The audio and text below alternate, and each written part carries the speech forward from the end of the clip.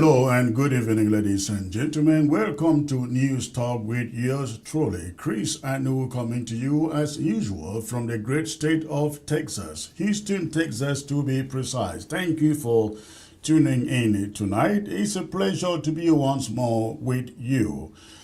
I want to bring you tonight a developing story that is emerging from Cameroon. We woke up this morning to learn of the assassination, the murder of Anicet Ekane in the detention center in La République du Cameroon in the hands of the regime himself. The man is said to essentially have been suffocated to death. And that is the news coming out of Yaoundé. We'll be talking about that tonight, and we'll be going to Guinea-Bissau and back to Cameroon and then Tanzania to talk about democracy and elections in those countries. I will be joined by my analysts and a team of panelists from the U.S., France, and Nigeria. So, ladies and gentlemen, please stay put. I will be back in a second.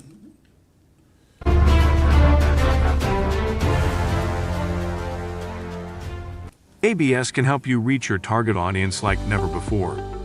Advertising on ABS, you'll benefit from our extensive reach and dedicated viewership. We offer special advertising packages during primetime slots and popular shows. You'll also be featured on our social media platforms, reaching an even wider audience. Don't miss out on this opportunity. Take your business to the next level. Contact our advertising team at absafricativ@gmail.com.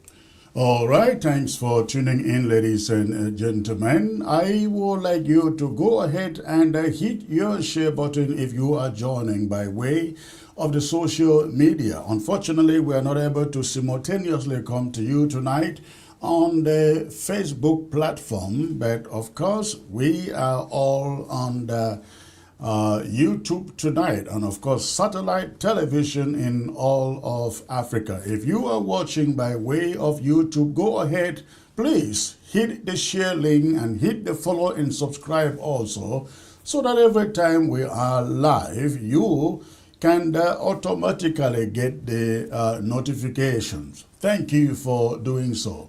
Let me take you to Cameroon. First of all, for what happened today in that country, talking about the assassination of opposition leader Anicet Ekane.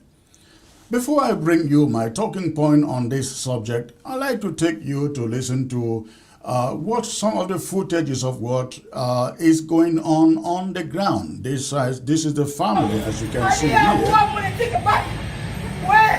That is a family mourning today in Douala once they learn of the death of Anicet Ekane. Again, this was this morning in Douala. Let's listen to it.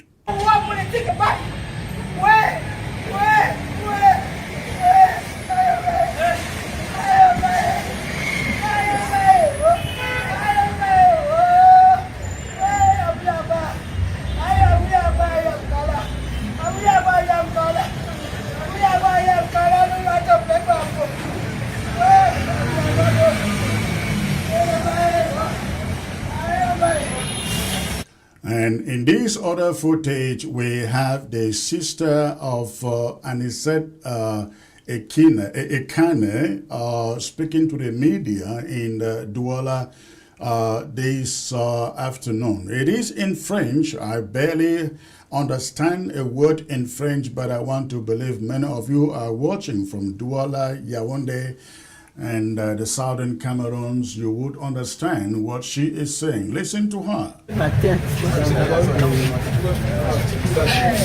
6 heures, que mon neveu m'appelle. C'est pour me demander de monter sur Yaoundé. Je monte sur Yaoundé. Qu'est-ce qui se passe? Il me dit que les nouvelles ne sont pas bonnes. Je lui ai dit, dis-moi la vérité, parce que moi j'ai vu mon frère, j'étais à Yaoundé avec la grande sœur. on l'a vu. Qu'est-ce qui se passe?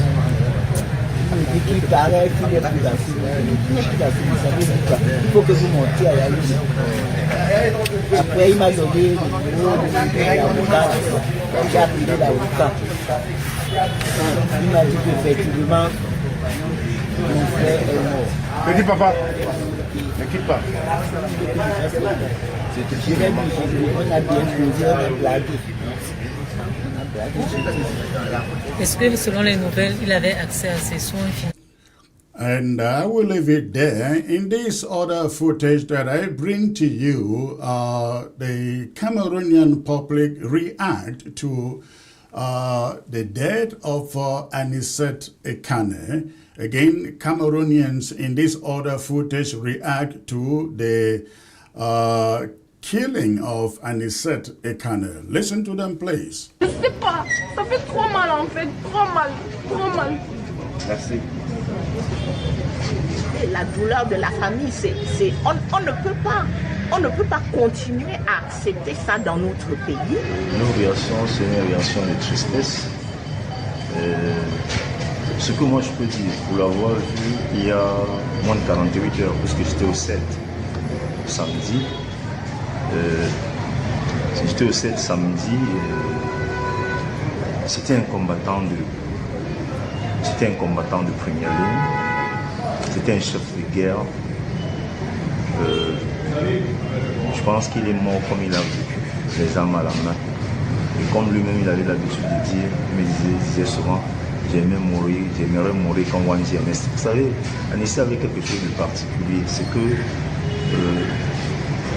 jeune collégien, dans les années 71, il se retrouve à Bamoussang lors de l'assassinat, de la fusillade de Wanji le 15 janvier. Et ce jour, il était dans la foule.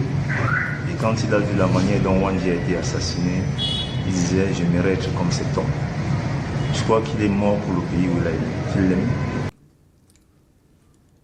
Militant de l'UPC depuis moins 25 ans aujourd'hui. J'ai connu le camarade Ekane Anicet dans toutes les années les plus difficiles de la démocratie et de la liberté au Cameroun. Ce 1er novembre, décembre, autant pour moi, apprendre son décès est une perte totale pour l'opposition camerounaise, pour le peuple camerounais en termes de démocratie et de liberté. C'est une perte totale. Le Cameroun est en pleurs. Les forces du changement sont davantage en pleurs. Les forces de sécurité ne sont là parce qu'on les a envoyées. Voyez-vous, on dit généralement dans leur jargon honneur et fidélité. Ils sont les exécutants, ils n'ont pas le choix d'être là. J'espère qu'ils sont là pour assurer la sécurité et la fluidité du lieu du deuil. Okay. For how long have you known Anicet Ekane? Près de 25 ans aujourd'hui que je connais le camarade Anicet. Depuis l'avènement de la démocratie jusqu'à aujourd'hui, Anicet Ekane a toujours été un camarade de combat. And what is that all you can say about him as a change fighter? Je ne pourrais dire autre chose de lui, sauf que c'était quelqu'un de très fort en termes de réaction, de très combattant comme on le disait. Nous l'appelions généralement le camarade le combattant des combattants. Nous retenons de lui quelqu'un qui chaque fois qu'il pouvait dire quelque chose, le disait. Chaque fois qu'il avait une action à faire, il la faisait. Chaque fois qu'il défendait les libertés, il était toujours au devant de la scène. Pour ça, nous souhaitons que son âme repose en paix, mais qu'il sache que le combat qu'il a commencé n'est pas terminé. On vous appelle comment? Jaye Bernard, 3e vice-président de l'UPC.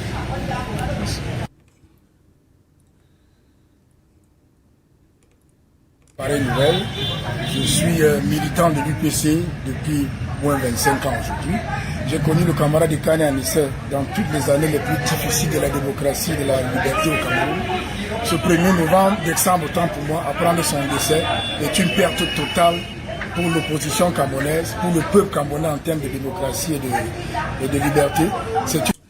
All right, ladies and gentlemen, the man whose face you find on your screen is the person we are talking about here, talking about one of Cameroon's most popular opposition leader in the name of Anicet Ekane. He died today in the Cameroon most popular, most dangerous political prison in Yaoundé. Let me take you to the monologue, my talking point for today, and then I will bring in my guest And we will delve into the commentary of this story. And as you find the headline there, we'll title it Mother in Yaoundé. And that is exactly what it is. The family has said that that is what happened. Anicet Ekane, born 17 April 1951 in Douala, was a long-time dissident and opposition politician in Cameroon. He served as leader of the political party Manindem, in French, Mouvement Africain pour la Nouvelle Indépendance et la Démocratie, pardon my French, a party he helped establish in 1995. After leaving his early affiliation with the Union of the Peoples of Cameroon, popularly known as the UPC Party. Over decades, Ekane positioned himself as a persistent advocate for democratic reforms, human rights, national independence, and political pluralism, often at personal risk. He ran for president several times, that is, in 2004 and 2011 under the banner of Manindem, though he never prevailed. On October 24, 2025, just before the official announcement of the results of the October 12th presidential election, Anicet Ekane was arrested in Douala, along with Ekane Chameni. His arrest came as hundreds of opposition supporters rallied behind the challenger, Issa Chiroma, who rejected the re-election of longtime ruler Paul Biya and claimed victory for himself. Yaoundé authorities accused Ekane and several other opposition figures of incitement to insurrection, hostility against the state, and other related charges tied to the post-election protests.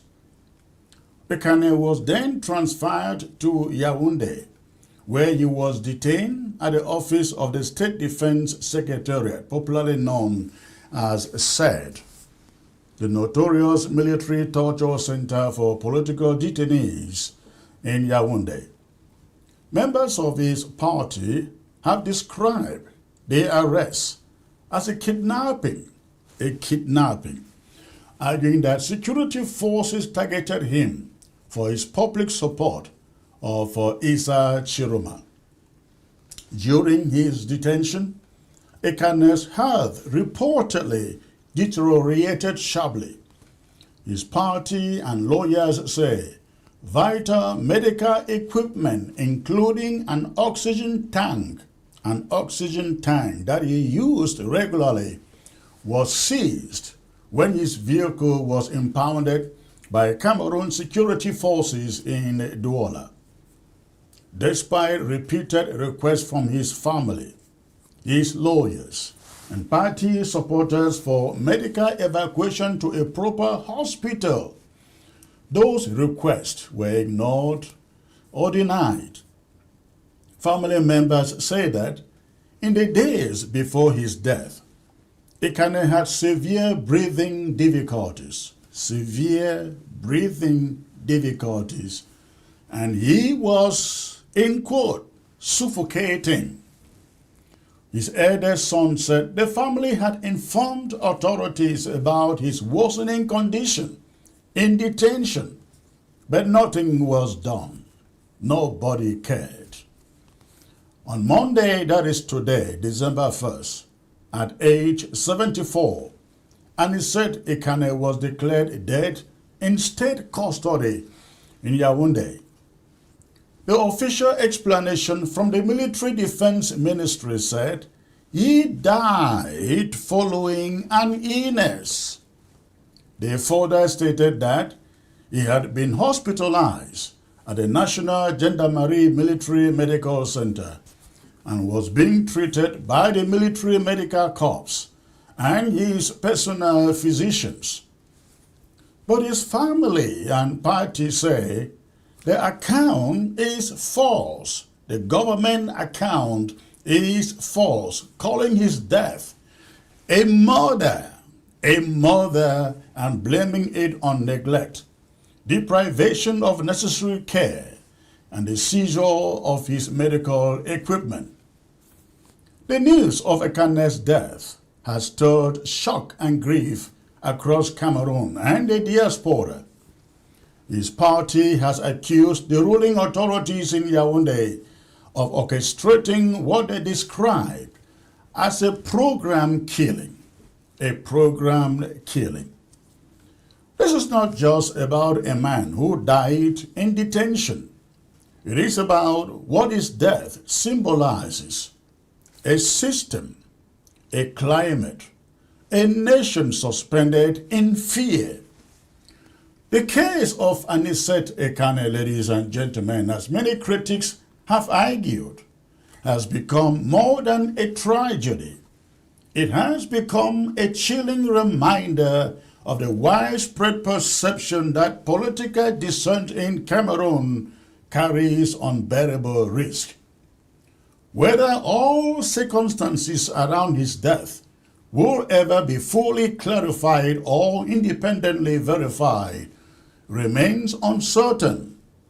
But what is undeniably real is the effect, a deepening sense of impunity and dread that hangs like a storm cloud over the regime in Yaoundé. Critics say that his death is yet another entry in the long ledger of unresolved murders, state murders in state custody. Another echo in the hollow chamber where accountability should stand. For many Cameroonians watching events unfold, this felt like another line in a painful pattern, one that opposition figures, activists, and everyday citizens have long associated with a government, a regime they believe operates with heavy-handed dominance. And so, people whisper in Cameroon. They whisper about fear. They whisper about consequences.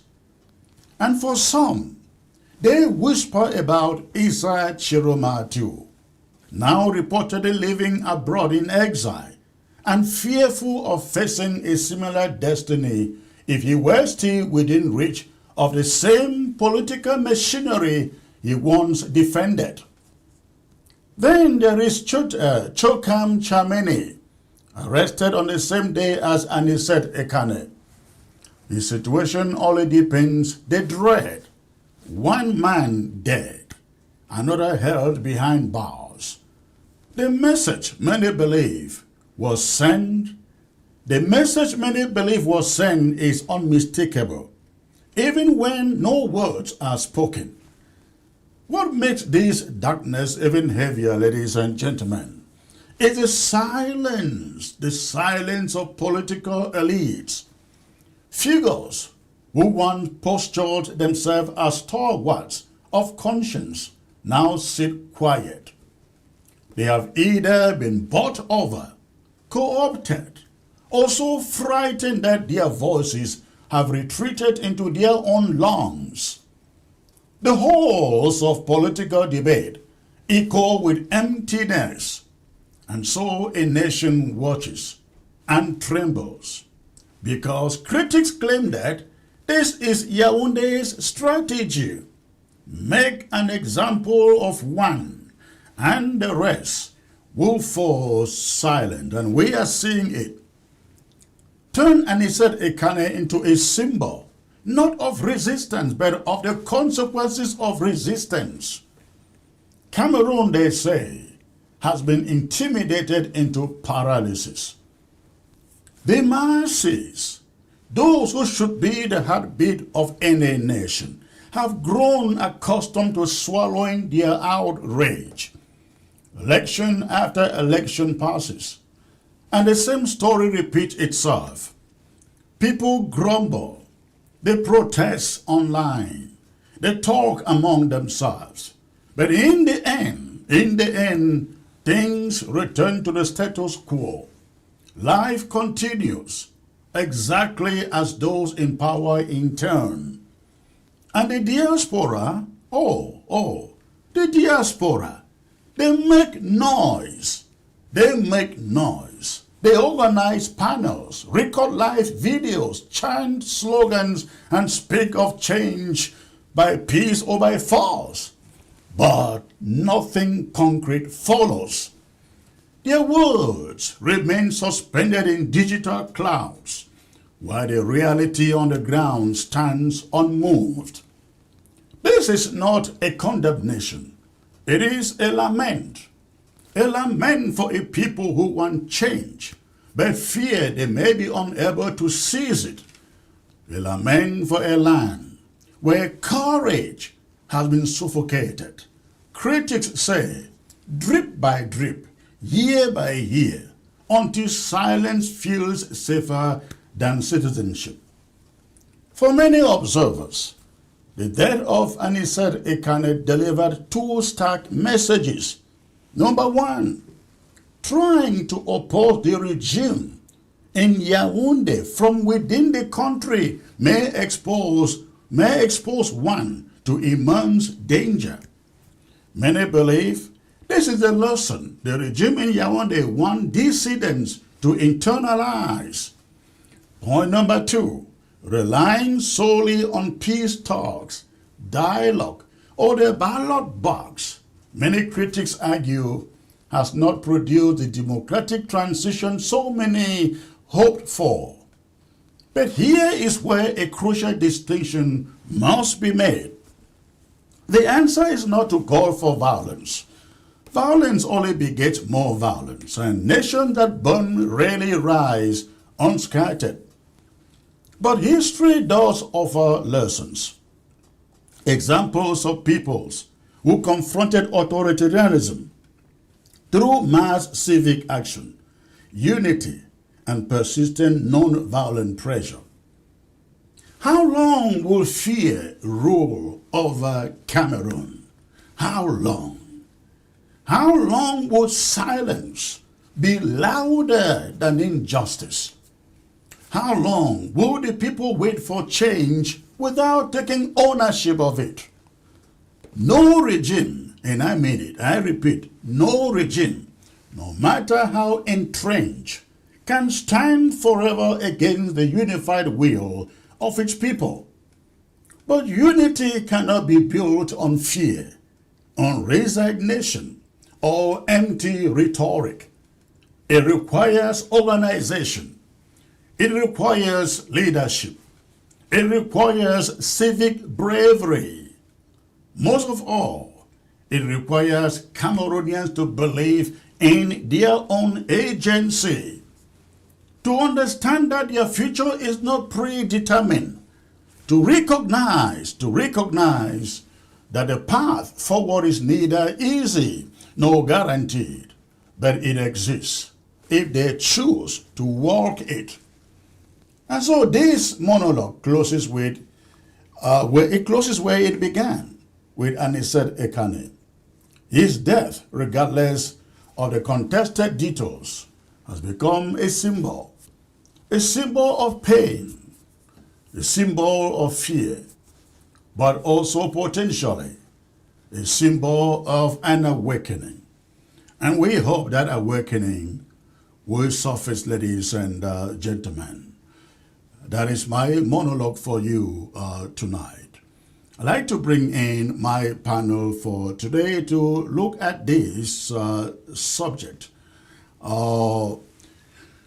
Okay, it appears like they are all not here. I'm supposed to have Eric Chinje here, Emmanuel Mote here, but I also have my guest from Nigeria, Lagos, Nigeria. I hope you can hear me, Austin. Yeah, can you hear me? I can hear you 5 on 5, so thank you for joining me. We will go ahead while others will join, because this is, though you are in Nigeria, this is largely in your territory. Austin Ahigbe is joining me from Lagos, ladies and gentlemen, and he is a democracy activist for Africa. Sorry, a democratic analyst for Africa. Democracy analyst for Africa, joining me from, I believe, Lagos, Nigeria. Correct me if I'm wrong, sir. Abuja. Abuja, Nigeria. Nigeria. Thank you. Thank you. So let's look at what is happening in Cameroon and connect it to Guinea-Bissau, Tanzania, and parts of Africa. We are here reporting the death of the gentleman you find on your screen by the name Anicet Ekane. You may know him, I believe so. He has been a very long activist for democracy in Cameroon since the 90s. And today we got up hearing that he died by suffocation in a detention center in Yaoundé, Cameroon. This is what happened around the world. Now, it's only a few weeks ago he was picked up in Douala, his home city, by security forces in Cameroon, transported to Yaoundé. His oxygen tank confiscated. He was dumb behind bars in said Yaoundé. And today, when the situation got worse, the family demanded that his oxygen tank be returned to him. They did not return it to him. Take him to a medical center. They did not take it. And they died when they saw that he was about to die. They rushed him to a military center where he immediately died. This is what political activists, opposition leaders in most of Africa go through. I know you may have other examples like this, but tell me what you think of situations like this when it comes to democracy in Africa. Austin. It's so pathetic at this time hearing this kind of case. Cameroon has been in the news for the obvious reason, with a dictator who calls himself a Democrat. When we mention democracy, I'm not sure we would like to include Cameroon as part of that country, a part of the country who operates democracy. I mean, look at the last elections. Right. It was literally that a cartoon was the one contesting in that elections. I mean, a cartoon were on the street campaigning. It was so, I don't want to use the word so painful, that Cameroonians have made every attempt to truly vote in a democratic elections. But what will eventually happen is that those same category of individuals in the military, in the constitutional court, organize themselves against the people. I mean, you saw how the court ruled and gave the victory to Paul Biya, even though it was obvious that he had lost the elections. Everyone that goes against Paul Biya will literally go in the same manner. And that is why, like in your monologue, you had advised that it would be better to fight from the outside. Yes, it has an implication fighting from the outside, but like you also said, diaspora voices get maybe, I don't know the kind of choice of words to use, get missing on the internet. And you saw the opposition leader right now, the alleged winner of the election of 2025, had fled to the Gambia for safety. In fact, before running away from Cameroon, he has actually initially threatened that they will come after him. They tried to kill some, in fact, they actually killed two people, his guard, close to his house. And it was obvious that they were coming for him. What has happened now is a message sent to him wherever he is in the Gambia to say one of your supporters is down and many more will go, for dare to challenge Paul Biya, who do not even know whether he's ruling a country at this material time. It's a very painful scenario. Of course, we've never seen it like this in Africa, although maybe many years ago, during the days of India and me, I mean, who is allegedly a friend of Paul Biya, because they were all together, maybe Mugabe of this world, India and me of this world, and not even the Abacha never even did as worse as even the Abacha did more terrible things, but Abacha was in the military. It didn't have to come through the ballot box. It had to go through the barrier of the gun. So it's clear that Cameroon should not be listed as a democratic country because it is not a democracy. I think you are very much on point there, but you will hear uh, analysts from the international community wanting you to believe Cameroon is a democracy, and they give that for one of the reasons they should not intervene, not just in Cameroon, but in other dictatorships in Africa. What do you make of that? So you see, that's a problem we have with sovereignty. Countries are sovereign, as we always say, that you don't have the leverage of going to a country. But whereas when we talk about this sovereignty, I think the international community actually chooses and picks the one they'd like to intervene. Today, the European Union is intervening in Tanzania. So why didn't they intervene in Cameroon? So today, the US has decided to intervene in the terrorist concern in Nigeria. A lot of folks are being killed almost on a daily basis, even though the Nigerian community were the ones who mobilized that kind of action to call what we have now classified as a Christian genocide, even though the regime of Nigeria, the government of Nigeria tried to deny that level of whether it's a genocidal action or it's just a killing. But whichever name you call it, there are killings in this country, whether of Christians or of Muslims. But it was the Christians who cried out that we have been killed. But the Cameroonian, particularly the southern Cameroonian, have cried out for too long a time. No one has even had it. The Amazonian has been on the news since I was literally a child or so. Until date, the attorney of Southern Kaduna continue to be in our face. And one man, Paul Biya, has consistently been in the news. So, yes, what is happening in Cameroon does resemble a democracy because you have judges, you have parliament, you have executive, so you have the people, so they have an elections, like what you have in Rwanda. All of the things are in Rwanda, but there's no opposition in Rwanda. But the flip, if you compare Rwanda and Cameroon, the flip is with the development trajectory. If one has been in power as old as 42 years in administration, and Cameroon is still as poor as it is, you can't compare Cameroon with Paul Kagame's administration. Both of them are poor, or be a Paul Kagame. One just assumed power maybe in the last 20 years, and one has been in power for 42 years. If you check the development trajectory, if there were development in Cameroon, like you have in Rwanda, and that is why somehow Rwanda is getting some kind of support that let them have their own grown democracy. But you cannot call a Cameroon system a homegrown democracy. So, Austin, you stay put in there. Let me bring in Emmanuel, who is joining from France, to give us some updates as per what he has learned is happening in Yaoundé with the death of Anicet Ekane. Emmanuel, nice to have you again, sir. Thank you for having me, Chris. Tell me what you are hearing in Cameroon about the death of Anicet Ekane, please.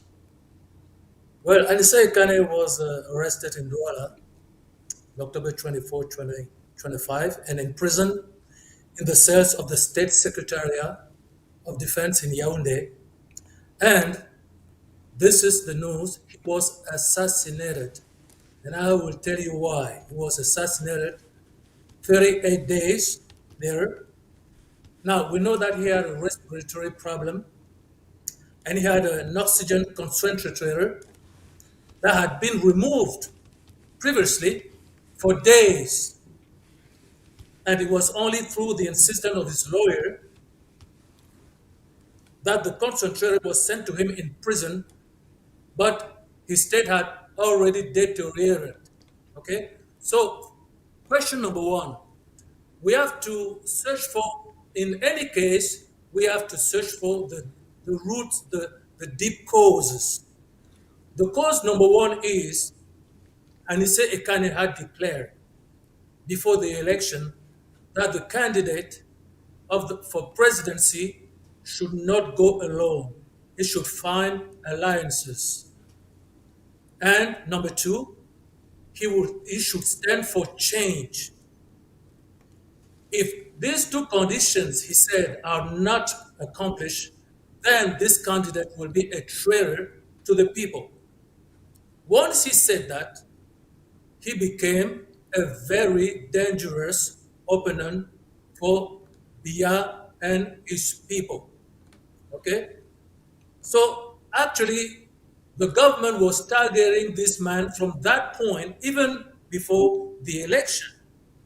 Hence, they sent him to jail, knowing that he was depending on this tool he needed to breathe. If you know the weakness of a man at such a point, it's very easy to get him killed. And you can say, well, he was negligence. He didn't have his tool at that time, and his tool was taken away, and the tool was not working very good. So, it's not our fault. Okay? Now, why did he eventually get killed? By whom? I will give you the name. But why? Because his lawyer and his friends and his close families had issued a global petition in the medias to support this man, to ask for his release for humanitarian reasons.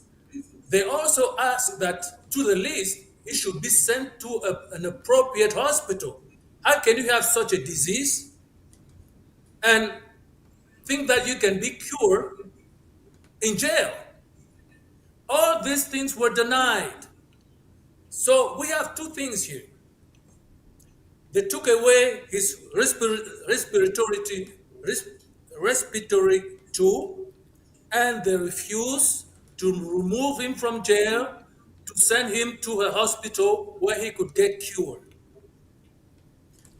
Now, who did that?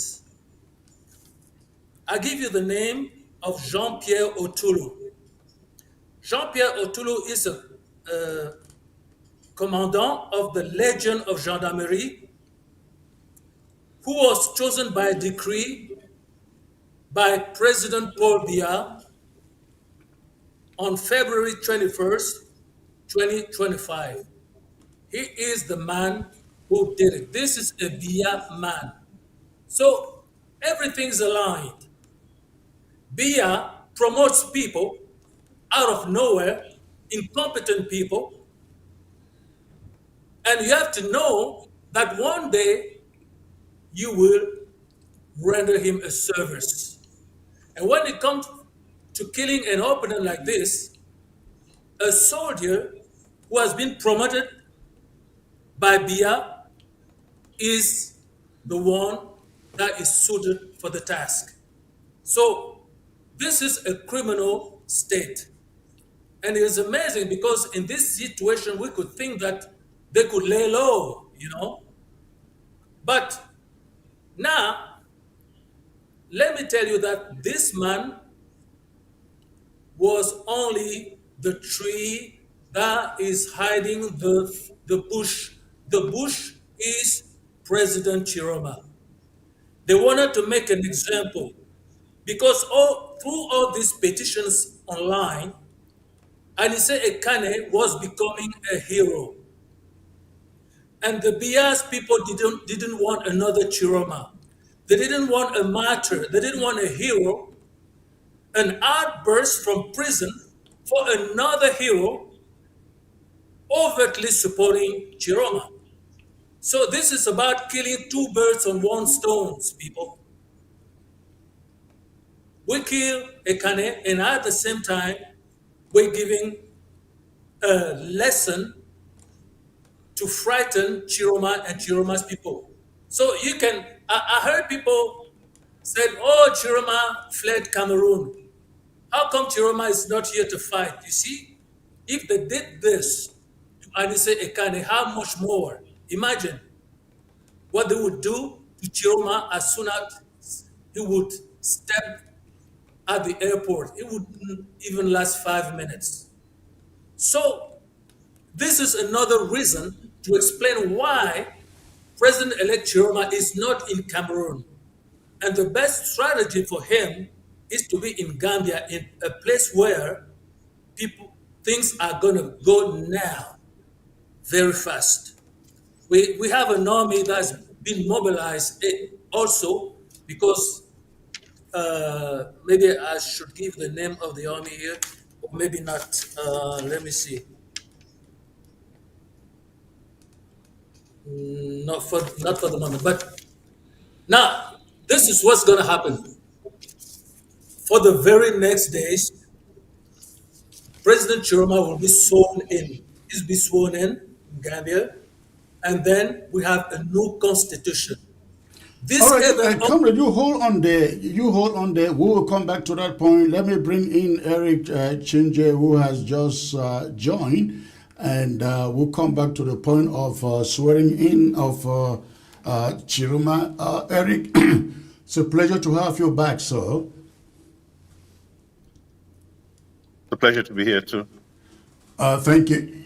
One thing that is that makes the death of Anicet Ekane so painful is the fact that this is one authentic politician, people's leader in that country. This is a guy who opened his platform and would allow MRC leader Maurice Kamto to run from his platform as the leader of the opposition. He didn't mind about people using his party to front for the leadership of the country. That was how selfless he was. Now, when they banned Kamto from running for the presidency, he embraced Issa Chiroma. He would have said, I will stand alone. After all, I've been in a political party for all these years. I will stand alone. But he ran and championed the coalition that endorsed Issa Chiroma as the general candidate. He is the one who has been killed in Yaoundé. Give us your thoughts on this, please.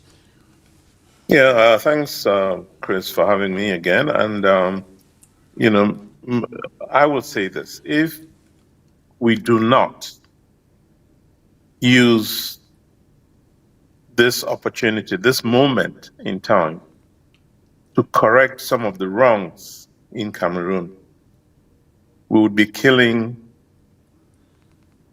Anicet Ekane a second time. This is a guy who's very clearly sacrificed everything, including his life, for the good of the nation. He understood why Kamto needed his support, even though they came from diametrically opposed ends of the political spectrum. But he understood the need for him to stand with a viable candidate so that that candidate could could run for the presidency. He understood that. And he held his party back, he held everything back and said, Cameroon needs you now, we're going to stand with you. He did. It didn't work out. And then, of course, the system allowed 12 candidates, 11 of whom they thought without Kamto they would be crushed, which was the whole purpose. They thought without Kamto, amongst the 12, it was eliminated, they would crush the others. And you could go down the line and see why each one of them was approved. They had a response for each of them. What they did not know is God's plan for Cameroon and for Issa Chiroma. Had no clue. So Issa Chiroma emerges. Again, thanks to Ekane. I mean, I spoke to Ekane a couple of weeks ago. How could I even have begun to imagine that I'll be speaking about him in the past, just a week or two later, or after he got arrested? So we owe him. Change in that country has to come. That's what we owe Ekane. Anybody listening to you now, Chris, who would let their, small-minded, egotistical considerations be determinant now at this time, without looking at the bigger picture, without thinking about what it is that has just happened, who fails to see the importance of this act of God, this act of God. Anybody who fails to see the importance of it at this time is part of the problem. I really hope that we can all come together as a people, because at the end of the day, whether we like it or not, we're one people. We are one people. And if we can come together as a people at this time and say, enough is enough with the passing of Anicet Ekane. Let's give this guy the place he deserves amongst our pantheon of heroes. Let's give him that place. Then his death would have meant something. I sit here now talking to you and wondering what it is I, as an individual, can do to make this moment not pass us by. And all those people sitting in Yaoundé who think by assassinating Ekane, because, this has to rise to the level of an assassination. Yeah, that's what it is. He should not have died. He should not have died. It is true he had underlying conditions, but that's precisely why he should not even have been where he was in that jailhouse. He had that, So the fact that he was there, and the fact that they now want to think they can turn around and say, oh, he had his breathing tube was not, it's what failed him. No, it's the system that failed him. This is an assassination. And we have to recognize, oh, enough is enough. And anybody who's still standing by this system is a problem for that nation called Cameroon or that geography. We're part of the problem. So what do you think Cameroonians can do at this moment? They've had these elections since 1992. We all know Mr. Biya has never won an election in Cameroon. And 1992 was especially very tough. Nobody thought he was going to be retained or succeed to rig and be retained as president. He did that. Then you have the rest of the years up to last October when we thought this is probably the very last moment he will be rigging. He rigged, and we thought Cameroonians will rise up. That momentum is essentially over. What can Cameroonians do, and who are these Cameroonians? Because I don't see anybody on the ground standing up to that regime, because when they kill people like Ekane, they are saying, you are next if you try. Chris, I cannot speak for 28, 29, maybe 30 million Cameroonians, but I can speak for myself. I will do everything in my power not only to demonstrate to this regime that we don't accept it. I don't accept it. I'll do everything in my power to bring it down, and let it be known that from this day on, I've been working on it, but I want to make it clear that with effect from this day on, I will find every reason, every means to contribute to an all-out effort to end the system in Yaoundé that would make every politician who seeks leadership in the country a criminal, that will kill anybody who demands change in Cameroon, that would arrest. I cannot even go back home now. What have I done to Cameroon that I will be an obvious victim if I were to step, and there are those who are eager to see me come back so that they'll, pick me up at the airport maybe, throw me somewhere and where I may not come out, like Ekane. What system is this? Who can be proud of it? And there are those who will say, oh, Eric wants to make himself a victim. No, I'm not interested in becoming a victim. I'm not interested in that. I'm just interested in a country where I can fly in, do what I have to do, see family, fly out if I have to, stay if I want to. Why have they made it so difficult, so impossible? That's what's wrong with that place. And that's why I have to fight it. I'm not going to say we, because I'm not sure of anybody else. I don't know what people's desires are. So it is an I proposition, not a we proposition. I will do what it takes to bring down the system from this day on. I've been doing it for a while, but I'll continue doing it. And this is my warning to all of them. Bring me down if you can. And if you cannot, know that I'll be fighting every day to bring you down. I mean, enough is enough. And I don't see how else to put it, Chris. For those who do not know, Eric Chinje was once the darling of the regime in Yaoundé. When I say the regime in Yaoundé, I am actually referring to the presidency. Wherever the president went, Eric Chinje was behind with his voice as a senior journalist interpreting the speeches of the president. But today he's an outcast, declared wanted by the regime. If he should set foot in Cameroon at this moment, nobody will be surprised if he suffers the fate of Anicet Ekane. That is the person who is speaking. But Eric, let me get back to you and ask, are you surprised? Have you been surprised that after the elections, Cameroonians have refused to stand up to the regime that stole their victory? Have you been surprised by the quietness? Chris, I spoke about what I represent, who I am.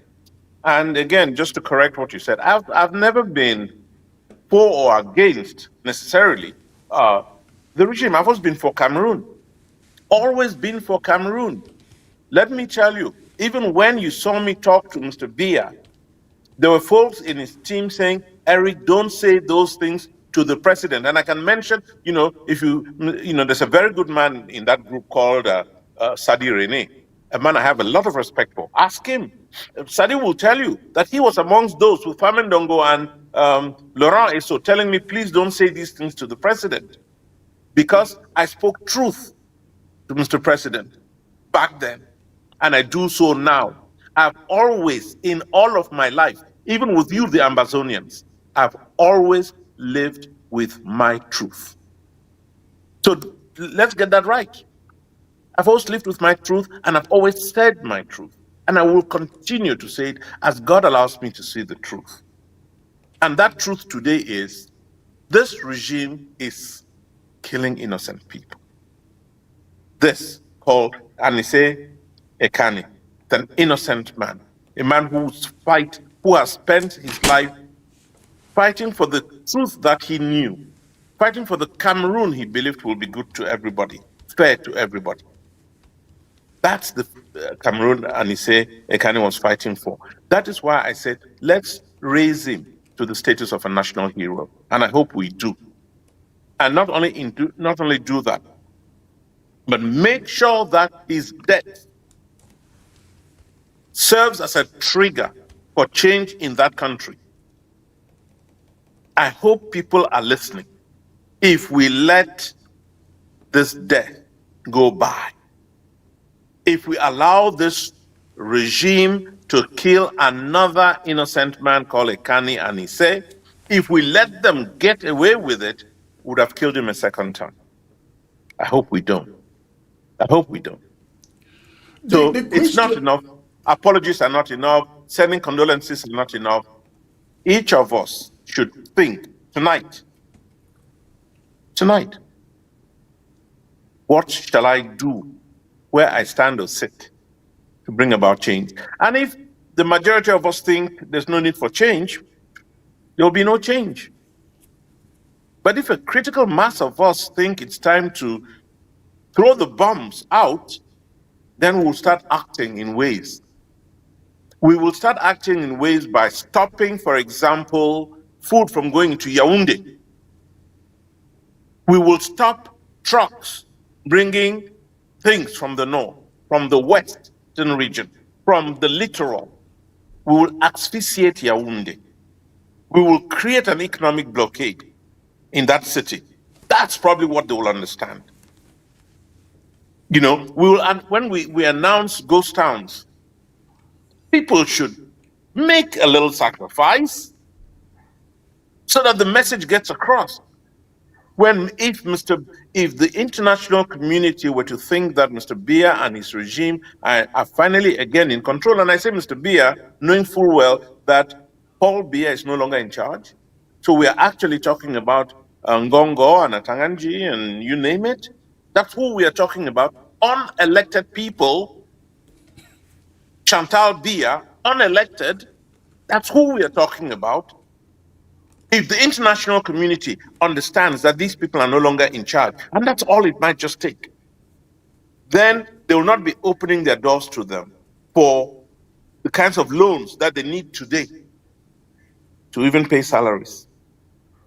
They should say no to Mr. Mutaze, who's going to Afri-Exim Bank to ask for loans. Let every Cameroonian who can, anybody who can, inform the IMF, inform Afri-Exim Bank, inform the African Development Bank, inform the World Bank that any loans you give to Cameroon today, your children will have to pay for them, not ours. Let's put an end to this, to this hold-up. And that's what this should be all about. What are you expecting Anicet Chiroma to come out and say at the announcement of his colleague, Anicet Ekane? What do you think will be the message coming from him? Coming from who, Chris? Anicet Chiroma. What should be the message coming from him after the killing of Anicet Ekane? Yeah. I think, Anicet Chiroma has put out a statement today, and I think it should go beyond that. Okay. I'm hopeful it'll go beyond that. And well, that by the end of the message, unfortunately, I haven't seen it yet. Well, at this point, it's mostly words, but I'm really hoping that there'll be a call to action in the coming hours, by tomorrow, hopefully. A call to action. It's no longer just enough to express condolences, which is where I think we are at this point in time. We should go beyond that. Everybody, every Cameroonian should say enough is enough. And he said we should have banners out in Douala and Yaoundé and everywhere. So this is the problem that I see on the ground. Joachim Chamene is behind bars. Anicet Ekane is killed. Anicet Chiroma is on the run. There appear to be no leadership on the ground, essentially. Nobody that the people can follow his or her lead. And that is one problem I see going on the ground. The diaspora talks of something happening by December, by January. Nothing really has materialized. That is a problem I see. The people do not have somebody to follow on the ground. Yeah. It's yes and no to that proposition, Chris. Obviously, Mr. Chiroma has to deal with certain constraints. There's no question about that. And I think he spends his every day trying to figure out how to overcome those constraints. And he's at a point now where he can actually speak, where he can make statements, where he can lay plans for disrupting the normal flow of life in the nation of Cameroon. I think Mr. Chiroma is at that place now, and I think we'll be seeing more and more of him. There's a structural, there's an organizational infrastructure that's being put in place, which I hope we will begin to see the outcomes in the coming day or two, I'm hoping. But at the end of the day, I think, as I said earlier, it's each of us trying to figure out what their roles are in bringing about change in that country. I'm not sure how else to put it. Let me get back to Emmanuel, who is joining from France. Emmanuel, I know you were talking about Issa Chiroma being sworn in the coming days. How authentic is that, sir? Is that a message that anyone should take home? Well, actually, first of all, me remind you of the name of the killer.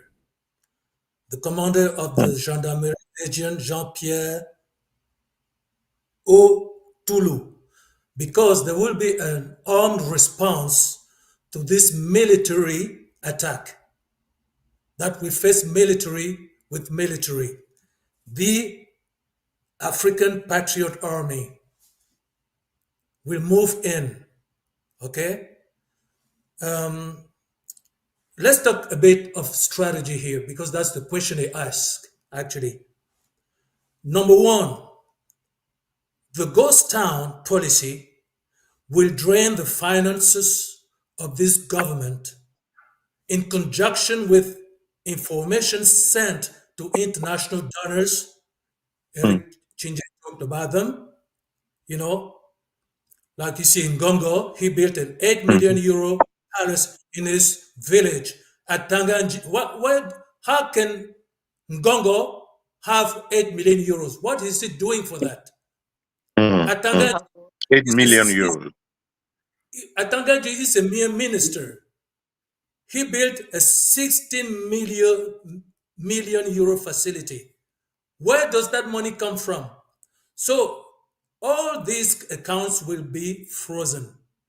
So that's the number one strategy, because if we drain the finances of this rogue state, Biya is, they won't have money to pay the militia, the soldiers, and all these operations against the people. They won't have money to sustain their own government, their own families. It will come to that because they have bank accounts in foreign countries. They will be frozen. Now, this situation has just triggered a calendar. The response will be military, political, diplomatic. That's why sooner maybe than it was previously said, President-elect Chiroma will move on with the sworn in, and then the constitution, a new constitution will be put in place. Why is this important? Because when you have a structure of a state, then you have the power of the state. The power of the state is political, diplomatic, but also you have the military. So I've been saying that the response to this government is a multi-layered response. Okay? We have the diplomacy, we have the politics, we have the military, we have the international community. All these multi-layers factors will come swiftly now. That's why I said December, or by the end of December, and this event today tells us that we Cameroonians should stop being laming. We should stop laming, because we see that when we shut up, they move on even stronger. We cannot give them any credit for implementing the law. Today in Cameroon, nothing can be made by the law. You cannot say, okay, if somebody comes today and steals my car, well, I can go to the police, and file a complaint, and, the issue will be solved. Nope. You can go to sleep one day and tomorrow you have something that comes against you at the tribunal. Maybe it will be the minister, maybe it will be a director of this and that. The law is no longer implemented in this nation. This is a rogue nation. So the answer is three factors: the money to be frozen from the bank, as Eric Ginger said, the international banks. Then we will have a military response. We will have now Chiroma sworn in and bringing in a constitution, and the state will be structurally in place to move swiftly and more powerfully than ever.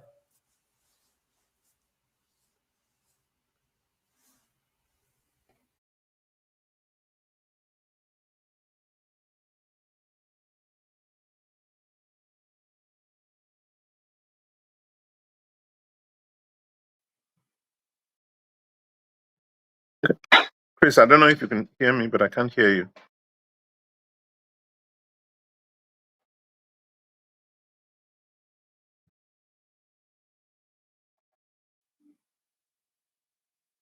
Chris, nobody can hear you. Oh, okay. I thought I was the only one who couldn't hear him. Yeah, we can't hear you, Chris. Okay, I'm sorry about that. Chris, you're mute. Now we can. Okay, sorry about that. Let me quickly bring in Austin Ahigwe, who is of the African Democracy Forum based in Abuja, Nigeria.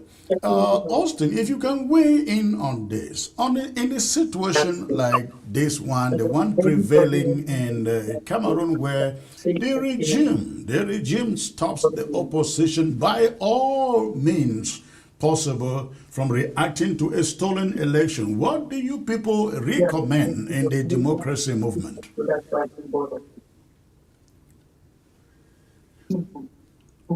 Chris, can you tell that again? I think you are breaking. I'm not too sure I'm the only one. Okay, hello? Can you hear me now? Can you hear me now? Can you hear me? Can you guys hear me?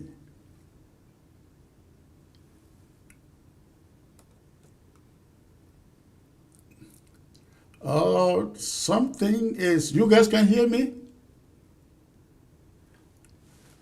I can hear, unfortunately, you guys give us a second, let the technicians look at this.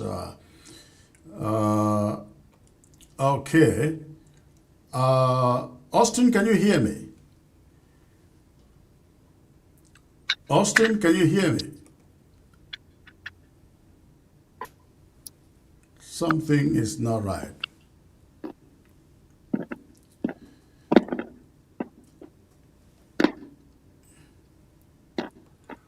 All right. Who among you can hear me? I can hear you, Chris. I can hear you. Okay, you I can can hear me. you too. All I can hear you. Okay, Austin can hear me? Austin is... Okay. All right. Austin, let me bring you back in. Again, my question was, in a situation like that of Cameroon, where the regime carries out every form of suppression, including killings that you can think of, what do you people in the democracy movement prescribe to international financing organizations like those quoted by the previous guests? Well, thank you. Let me say that I see the strategy. I'm not too sure that kind of strategy should be discussed on this kind of platform. With all due respect, I don't know whether it is a reason. The strategy is to do it, which is also a strategy in itself, because you embolden those you are coming against. If you want to take out regime that have been so solidified for too long a time, you want to be extremely strategic. I think first is to look at the financier or the backer of this government. Who are those bankrolling them? Can advocacy or targeted intervention from those outside. I don't want I don't think that putting pressure on those on the ground in Cameroon to take certain action will change anything at this material time.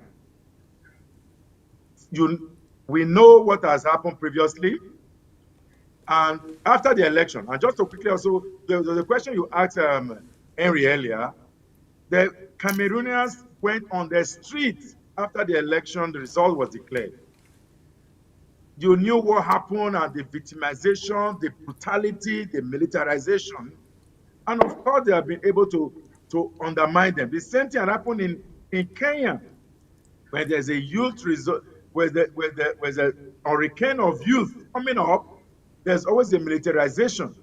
We saw that in Nigeria too with the End SARS protest. For whatever needs to happen is to take it from the outside.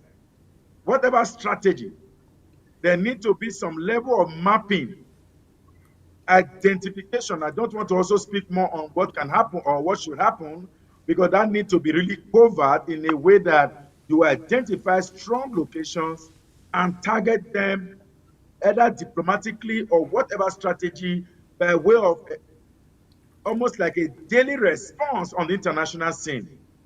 There's a lot of Cameroonians outside Cameroon that can break the regime, as it were. We know people in France today, what can they do? People in the US, what can they do? Are there folks closer to Washington, D.C., Capitol Hill? Are there folks closer to the lobbyists? These are the interventions. Like Henry has stated, the IMF of this world, all of the banks that give loans to Cameroon, those kind of targeting. I don't think that if you use the model that has been suggested to move in, may be counterproductive. And again, if you circle out Yaoundé, it may also not benefit the ordinary people in Yaoundé from enjoying maybe product from the southern or the northern part of the country. I think is to, first of all, declare Cameroon a military regime, that Cameroon is not a democracy. And that narrative needs to spread as soon as possible. Create a nexus of a militarization in that country, linking it up with elsewhere. I mean, we have examples in Uganda. We know what's happening. The kind of arrest of opposition leaders is also happening in Uganda. How can we correlate and build up a base, a critical mass of Africans who feel they need a change in country? I'll tell you a bit of story about Nigeria. During the Abacha regime, some young Nigerians, of some young Africans, including Mozambique, Ghana, and co., had organized themselves in Oxford, moved back, and then started to reconstruct and demilitarize some messaging that need to change people's perspective. But at the end of the day, it was forces from the outside that led to the changes that happened in country. Diaspora has a lot of work to do, financing, messaging, information, organizing, to change this tide. And I think it can happen. So what do you think is the role of the diplomatic community, say, in Yaoundé in a situation like this? Again, I repeat my word about diplomacy. I'm a student of diplomacy, and my master's was international politics. Foreign delegates, like we know them, diplomats in country, can only write reports to their mission. Each of them are fixated on what benefit their country derives from Cameroon, and not necessarily trying to undermine the regime. The truth of the matter is this: those institutions, those local embassies, they know what to do, for diplomacy, sovereignty will not allow them to do it. The truth of the matter is this: in international politics, There are the way to go and there are the way not to go. You have to identify your allies and work with those allies strategically and achieve your result. Why I say this is this.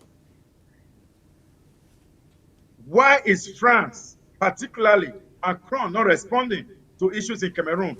Whereas the EU and France, a member of the European Union, is responding in Tanzania. It doesn't make any sense. Someone is blowing some wind that you have to identify who that individual is at the international scene. Relying on local embassies will not do the bidding. You have to identify them all around the world, even in Nigeria. Someone asked me, we're on a show on a rise like this, we're talking about Cameroon, and he said, Nigeria can help. And I said, Nigeria cannot help. On which platform can Nigeria help? Cameroon is not a member of ECOWAS. We are only good neighbors. And that neighbor has been truncated at the time we had issues with Cameroon. And whether you like it or not, there is no strong relationship between Cameroon and Nigeria diplomatically in a way that will make Nigeria respond. You have to identify those international correlations to be able to know what to do. Where you need to understand which other countries in Africa does share this philosophy that aligns with what you want to do and start to build those alliances, build them in a way. Maybe it's the Gambia. If the Gambia can do it, because right now we know that the opposition leader is in the Gambia, but the Gambia doesn't have so much weight. But I know that what can really happen is just one commentary, even if it's in the European Union Parliament, to respond to the happenings in Cameroon. Then it would matter a lot than having to put the lives of ordinary Cameroonians in jeopardy who are at home. Because the truth of the matter is this: when you push people at home, they are going to ask you, come back home and do it. And recognizing that go back, we end this voice. You wouldn't go home because we need this voice to continue to speak, because this voice is mobilizing attention at home and at the international scene. We must build that global space and that focus attention on Cameroon by doing a messaging, whether you call it propaganda, whatever name you want to call it, message that depicts Cameroon as a state that is in a military regime, a state killing its own people and amplifying those things. And with the latest killing, it can truly be the opportunity. Like Henry said, the next one should not happen. Otherwise, you'll be re-killing the one that has been killed. If I may pose this question to both you, Austin and Eric, what explains the fact that Tanzania is Anglo-Saxon and the French are intervening there? In Cameroon, the French do nothing, absolutely nothing. And of course, not to say they're not playing their politics from the background, but why are they not stepping out publicly for people to see and know that they are trying to profess solutions, some kind of solution to the situation in Cameroon? Why are they in Tanzania, not in Cameroon? Eric, you come first, please.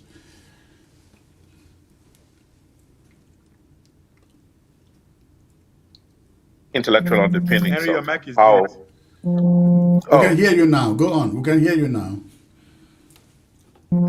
Yeah, just as I was saying, Austin can provide the intellectual underpinnings of how diplomacy works. But, let your listeners, the ordinary listener, a country like Tanzania, like in all countries, France looks at its interests across the board in Nigeria, in Cameroon, in Tanzania. Take that for example. France looks at its interests. But in a country like Cameroon, it goes beyond the interests at the national level to a regional picture. what France does in Cameroon will reverberate in Central Africa. So France has to be conscious of that. So what they're doing in Cameroon alone does not will not be explained by the simple actions in that country. And the way things have gone for France in West Africa, they have to they have to be conscious at the back of their minds of what's going on, what has happened in Niger, Burkina Faso, and Mali. So Paris has to take into account factors that the ordinary Cameroonian sitting in Yaoundé would be wondering, but why are they not doing this, or why are they doing that? You must also always think of the fact that France has more investments in Nigeria than in Cameroon. France has more interests in Nigeria How about than in Tanzania, Cameroon. though? Do they have more in Tanzania than in Cameroon? Well, there's a whole lot coming, you must have heard of the new finds, oil finds, diamond finds in Tanzania that has French companies. Look, at the end of the day, it's all about national interests. And we always have to be conscious of that.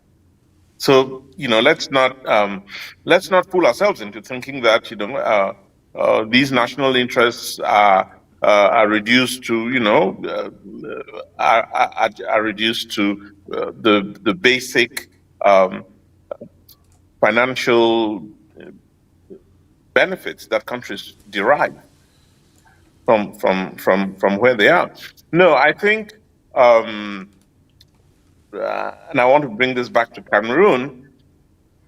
We continue to be very, there's a tendency to be limited in our understanding or analysis of what it is a country like France is looking for in a country like Cameroon, and whether or not, Paris is, those interests are protected or not. And with regard to Cameroon, as I say, we must always be able to look at the small picture, but also at the big picture. Austin, please try your take on that. Fantastic. The question is direct. Why is France intervening in Tanzania and not in Cameroon? It is interest. And I think that is clear. Interest is politics. Once interest aligns, all other things can go away. As far as France is concerned, if Pobia does not conflict their interest and there is nothing to worry about, in any case, there is no much to. If Pobia is out, what is a gain? If Pobia is in, what is a loss? If those analyses are done, so they are not interested. But what we could do as Cameroonians on the foreign scene is to blackmail France. Blackmail them in such a way that you put them under their toe and criticize them heavily. Link them up with what's happening in Niger.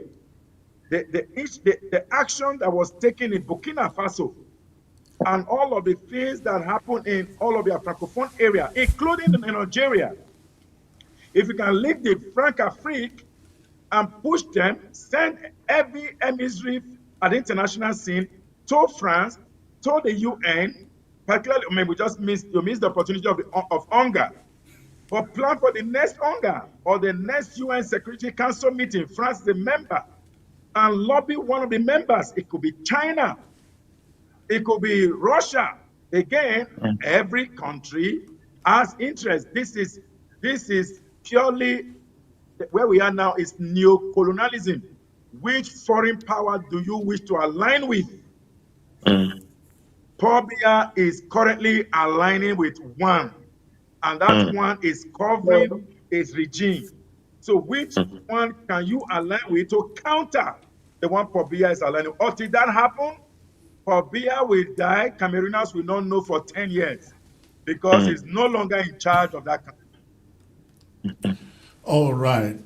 Gentlemen, please stay there. Stay put for a second. I have the statement here from Issa Chiroma following the death of Anicet Ekane in Yaoundé. And the statement summarized here reads, the President-elect Issa Chiroma Bakari condemns the death of Anicet Ekane, describing it as a shocking and unacceptable result of state-inflicted brutality.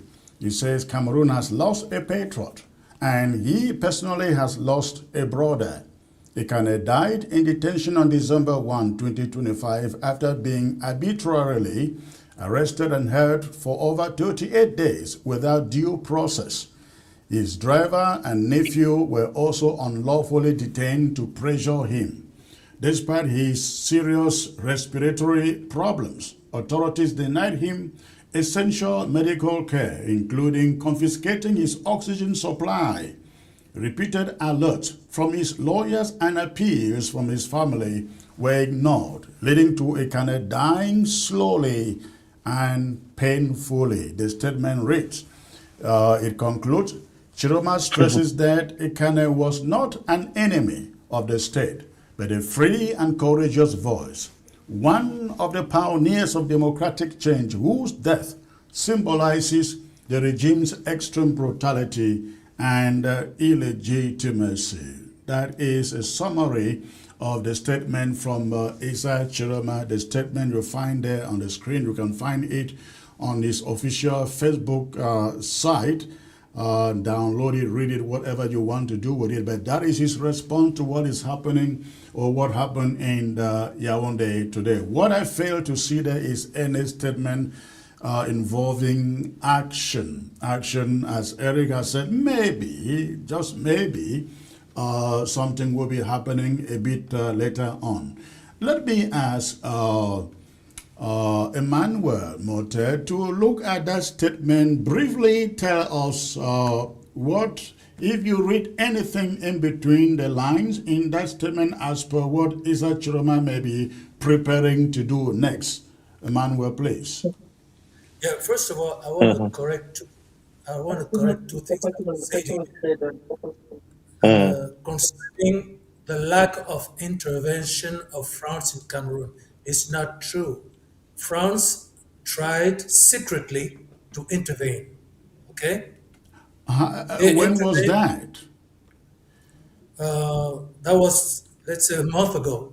There was a meeting, because you have to know that one of President Chiroma's political strategy advisor has financed Emmanuel Macron's presidential election. And this guy is a Cameroonian, but he's also a French citizen. And he was discerned the Legion of Honor by Macron. That's why we got this meeting with Macron. Macron tried to intervene. He said, we do not want instability in Cameroon. Paul Biya is an old guy, Can you try and give him maybe 3 years, and then you can have the vice presidency? Is that what Macron asked the team? Yeah. Macron wanted Biya to stay in power for about 3 years. That was before or after the elections? After the election, of course, after the election was contested and the people raised and there were killings, etc. Of course, France has many economic interests in Cameroon, as everyone knows. And you, Chris, made a very good monologue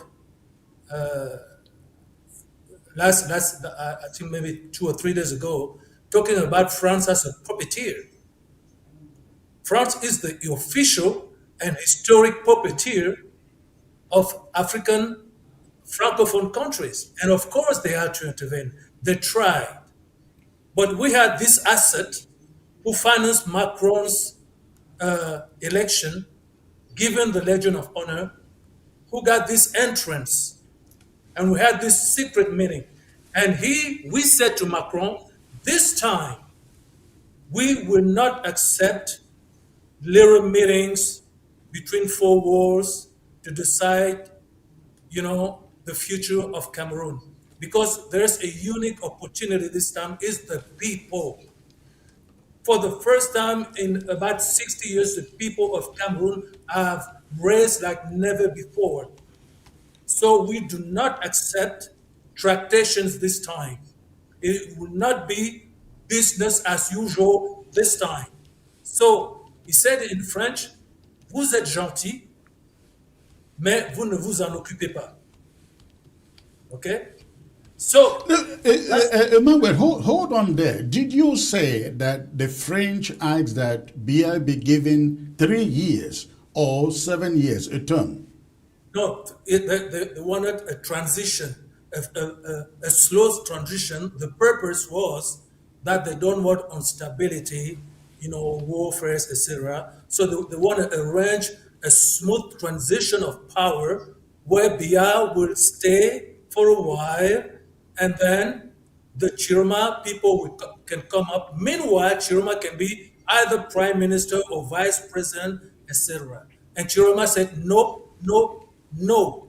I won the election. I did not want vice presidency, and I will not betray my people. And again, the fundamental argument was that the people of Cameroon has raised like never before. So this is an opportunity to hold, to seize, to do things different for once. So lay off Cameroon, and we take care from it from here because we are also competent. So that's the first thing. The second thing, the brother said that. Hold on there. When he suggested these 3 years, did he explain how that happens? Because in the middle of his term, how does he transition? What is the assurances that he will even be there in 3 years, or after 3 years, he won't say, you know what, I just want to complete my term? Very easy to do, Paul Biya may step down, say, okay, I'm too tired.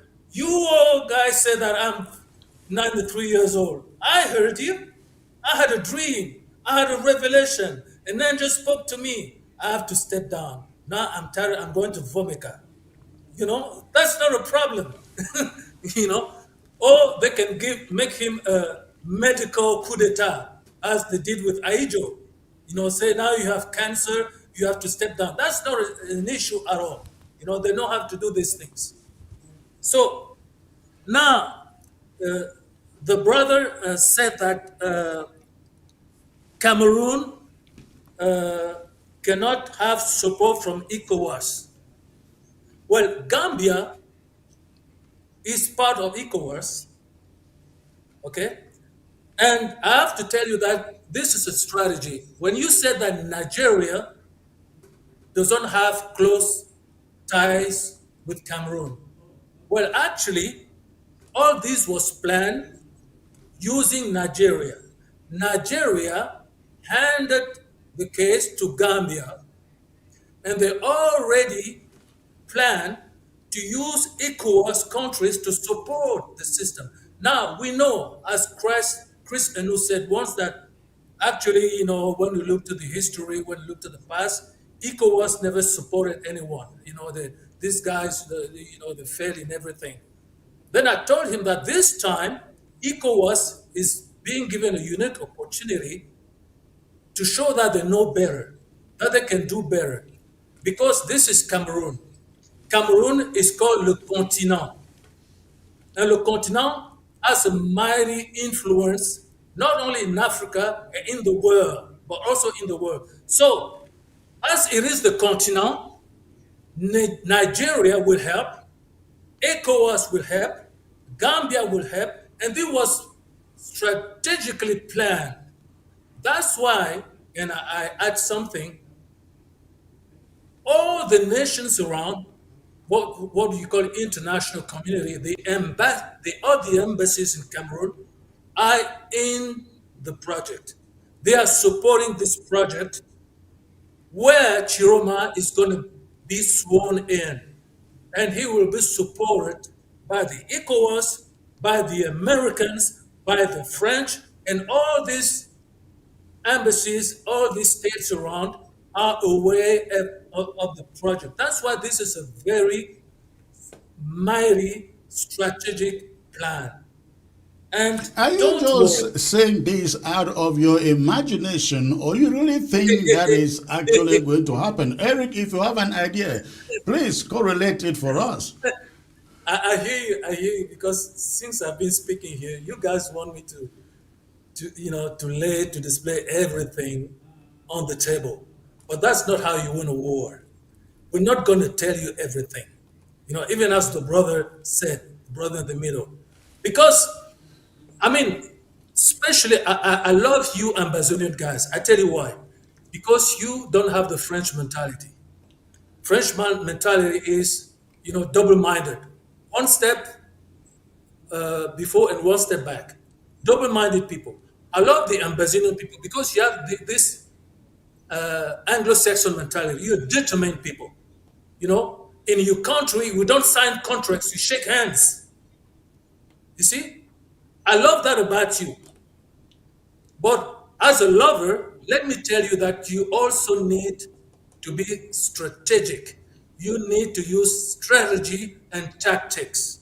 You cannot And what would that strategy be, in your opinion? You cannot telegraph your enemy, especially the BS people, what you're going to do. Okay? We're giving you a global picture to encourage you so that you won't let down the fight. But as I said again, I'm also an apostle of Christ. Use a little faith, okay? And believe that we are going to move very swiftly to bring it to a happy end. Thank you.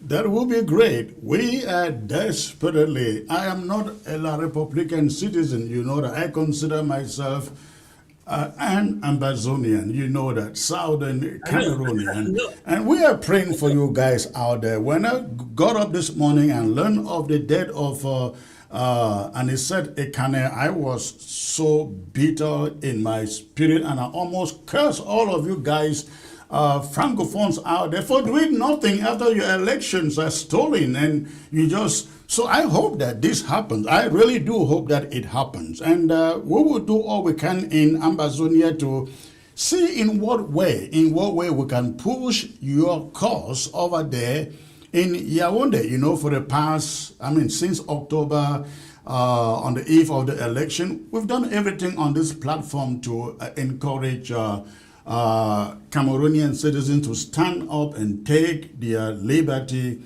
by force. But every passing day just seems like we're going back to the status quo. And I really hope, again, when you say these things, I hope they are going to happen. Let me get to Eric. I don't know if he has anything to add to what you have said, Emmanuel.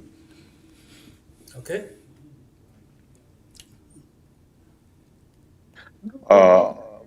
Austin has said, Emmanuel, sorry, has said the essential things. We have a situation in the country right now which calls for a heightened sense of patriotism, a heightened sense of sacrifice. People have to be willing to make some sacrifices. When we call for a ghost town, and you have people say, oh, if I didn't go out, open my shop today, I'll lose X amount of money, or if I don't take my my motorbike and pick up a few clients, I'll not make money for my children. It's this that stops the process dead in its tracks. We have to have, the bottom line should be clear to all of us. This country needs a change, not for the sake of your child or mine, not for the sake of some uncle or some aunt. It needs a change for the nation. Why? Because you can't have a country called Cameroon that has the incredible resources, natural and otherwise, that God has given it. And yet, you go into that country. Look, I want to be very practical in terms of what I'm saying. I was in this past month, I've been to Abuja, Lagos, Yola, and then Abidjan, Cotonou, Lomé, Dakar. In these 5 cities, including Yola, small Yola, in all of them, there were active development projects underway. There were activities that are aimed at improving the quality of life of citizens of those countries. It was funny, my driver in Yola was complaining about the governor building all these infrastructure, which kind of disrupt life. There's a driver complaining about the roads that were being built. So I asked him, I said, how long has it taken to build those roads? He said, oh, it's been a few months already. I said, do you know what? In my country, Cameroon next door, I was telling this driver, we have a road that was being built 11 years ago. It's not finished. Linking the 2 main cities of the country. I believe that country is maybe one of the few in Africa today where the main cities have no major road linking them. That's what we are complaining about. Any minister who is listening to this program, any minister in that government, many of them are friends of mine. Why they can't understand that I am angry and disappointed that my own country, I go to Abidjan and I drive to Yamoussoukro on a highway. I go to Abuja, drive around that city on a highway. I go to Dakar. In 5 years, I've seen tremendous changes. I go to Cotonou in Benin. Amazing what has happened in the last few years. And we're talking about a country called Cameroon, where in 40 years, we've not been able to put a single road that would bear Mr. Bia's name with honor. That's what we're talking about. That's what we're talking about. And, I refuse to accept that as the country that God threw me in. I refuse to accept it. That is why we're fighting back. That's why we're fighting for change to take place.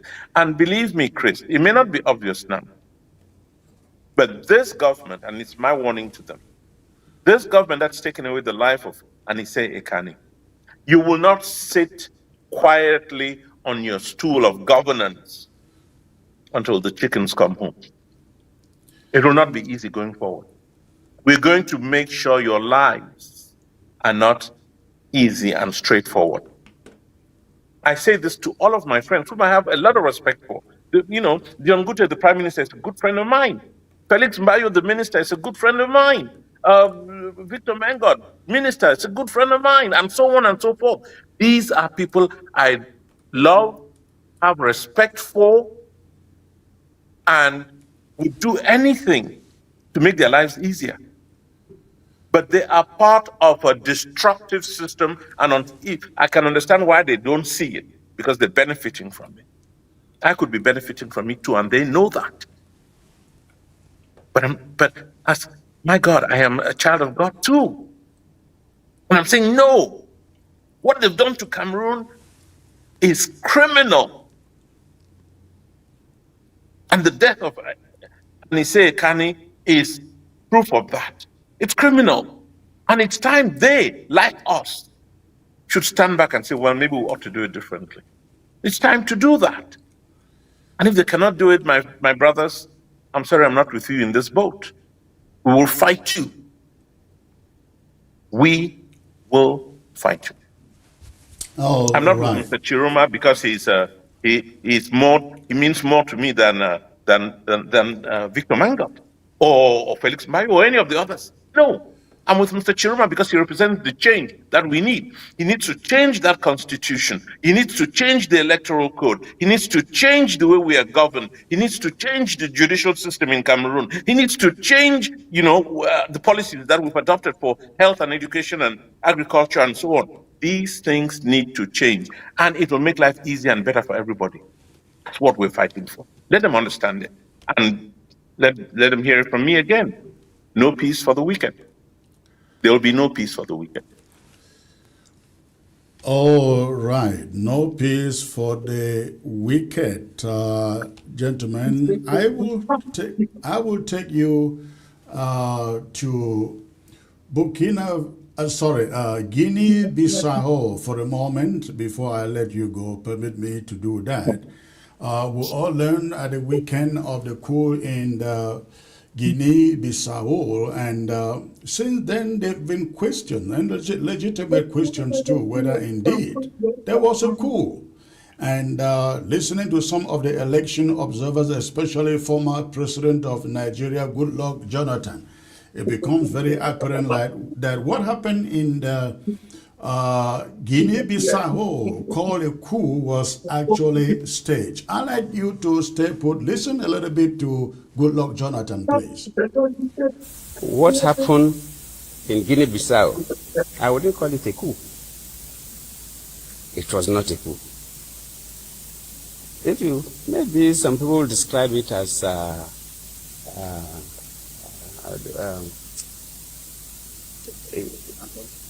no, not quite.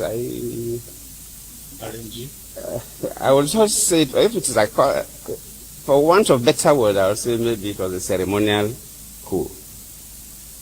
Because for two things, it is the President Balo, that announced the coup. Before later, the military man came up to address the world that they were in charge of everywhere. Then Mbalo has already announced the coup, which is strange. Not only announcing the coup, but Mbalo, while the coup took place, was using his phone and addressing media organizations across the world that he has been arrested.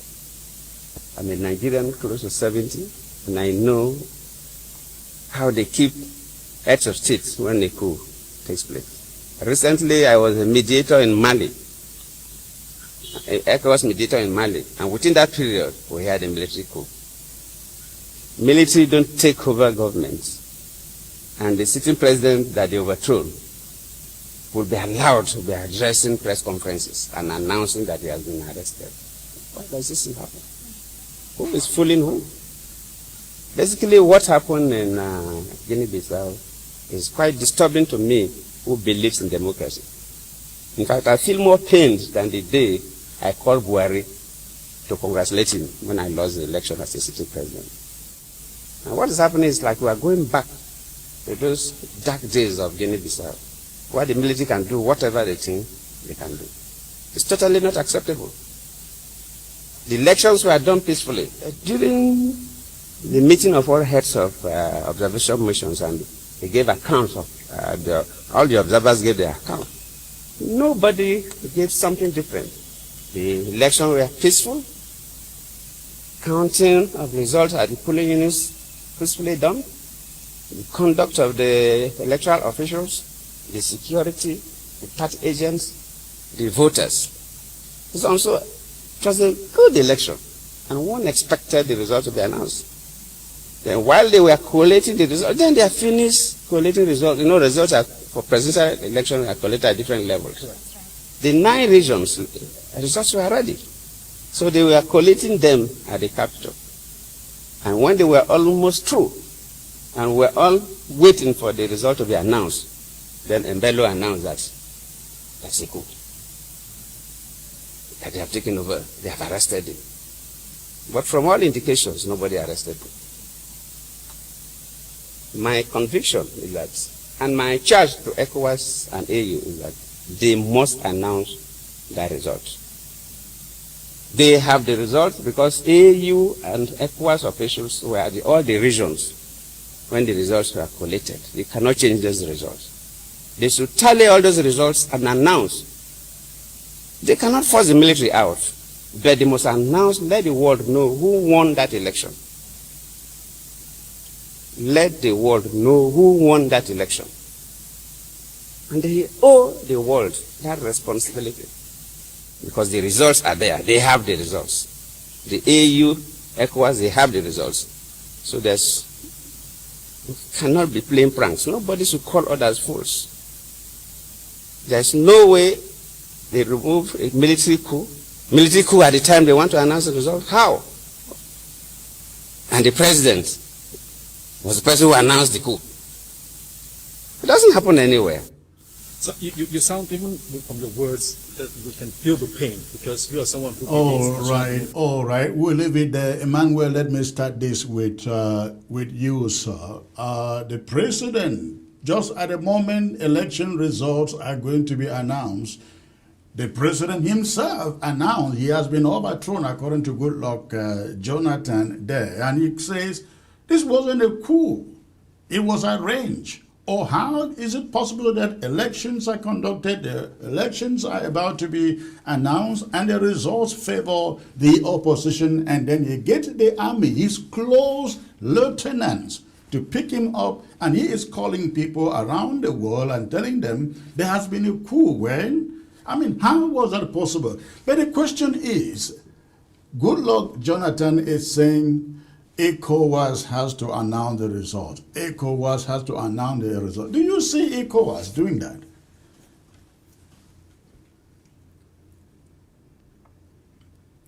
Manuel, please.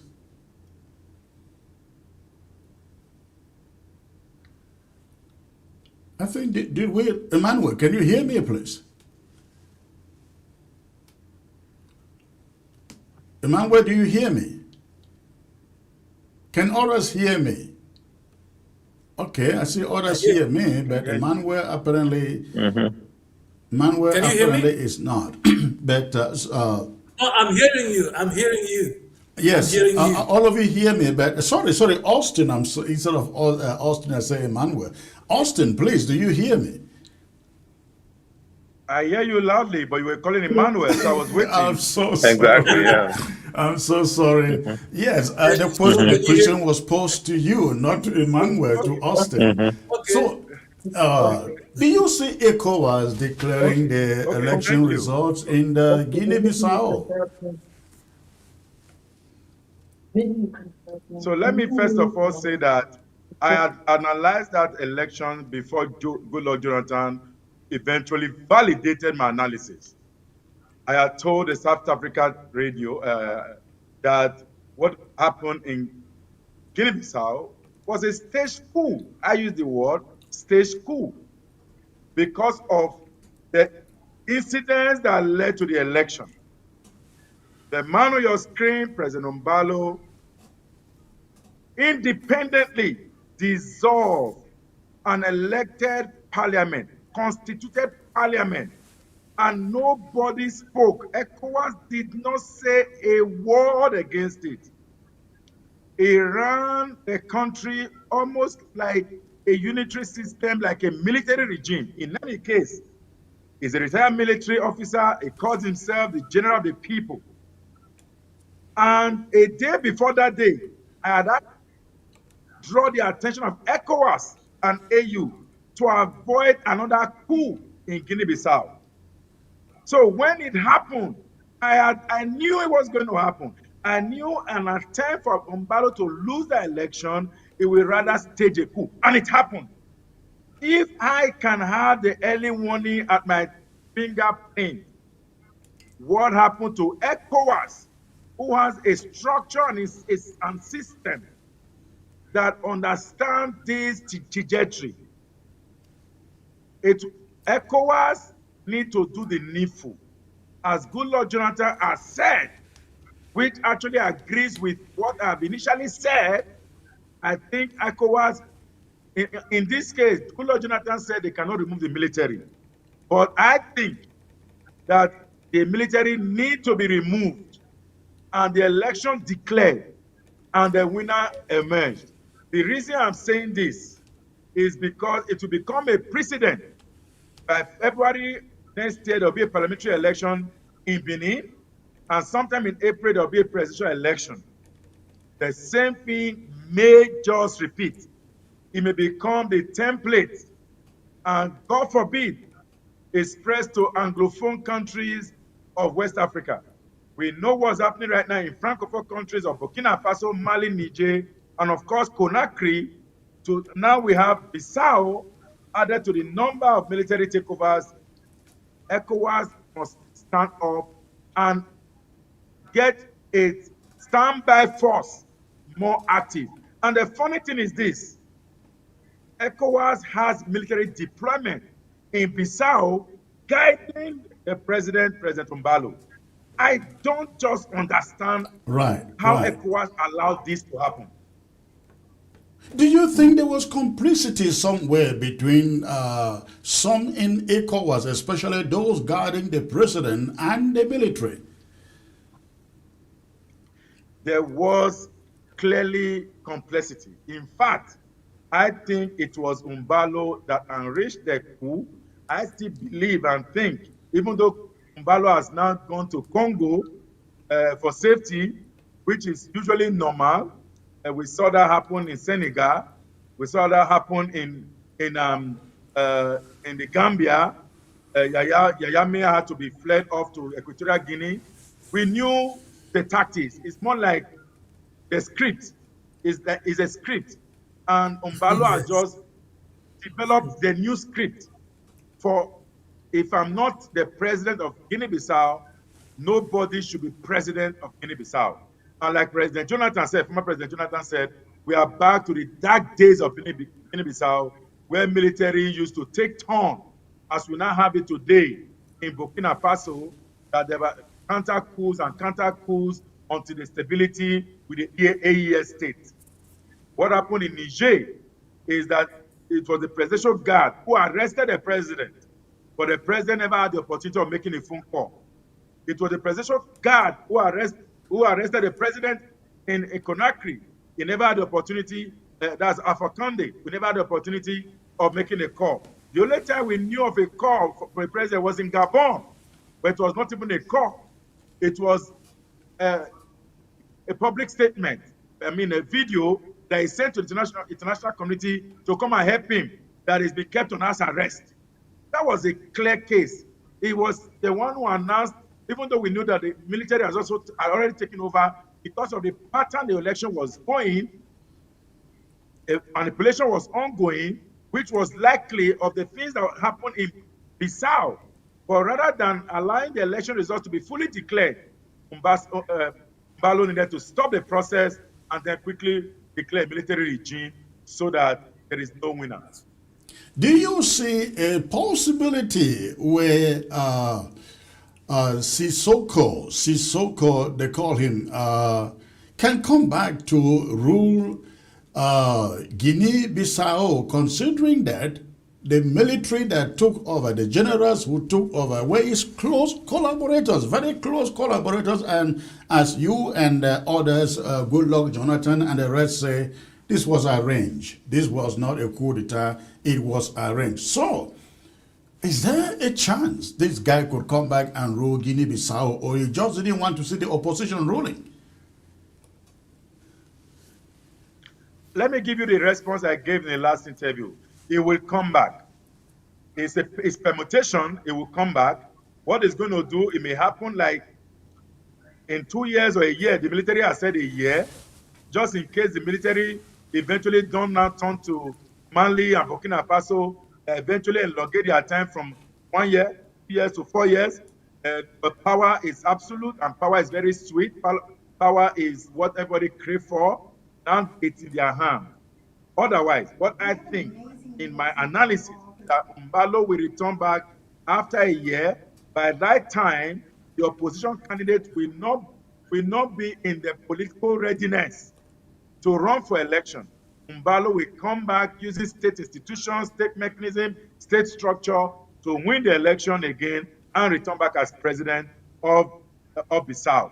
I truly think that everything that has happened in Guinea-Bissau is constructed. It's in phases of plans, plan A, B, and C. The coup was the last plan, and he activated it very swiftly. He will come back. We're already aware that in the Gambia, Yaya Mea is planning to return and is getting support, home-based support already, even though we also know that Barrow is trying to resist his return, that if he returns, he's going to face prosecution. because we know that what happened in the Gambia is clearly different from Bissau. And I truly think in a year or two, Umbalo will return, he will get state reception and eventually try to contest election.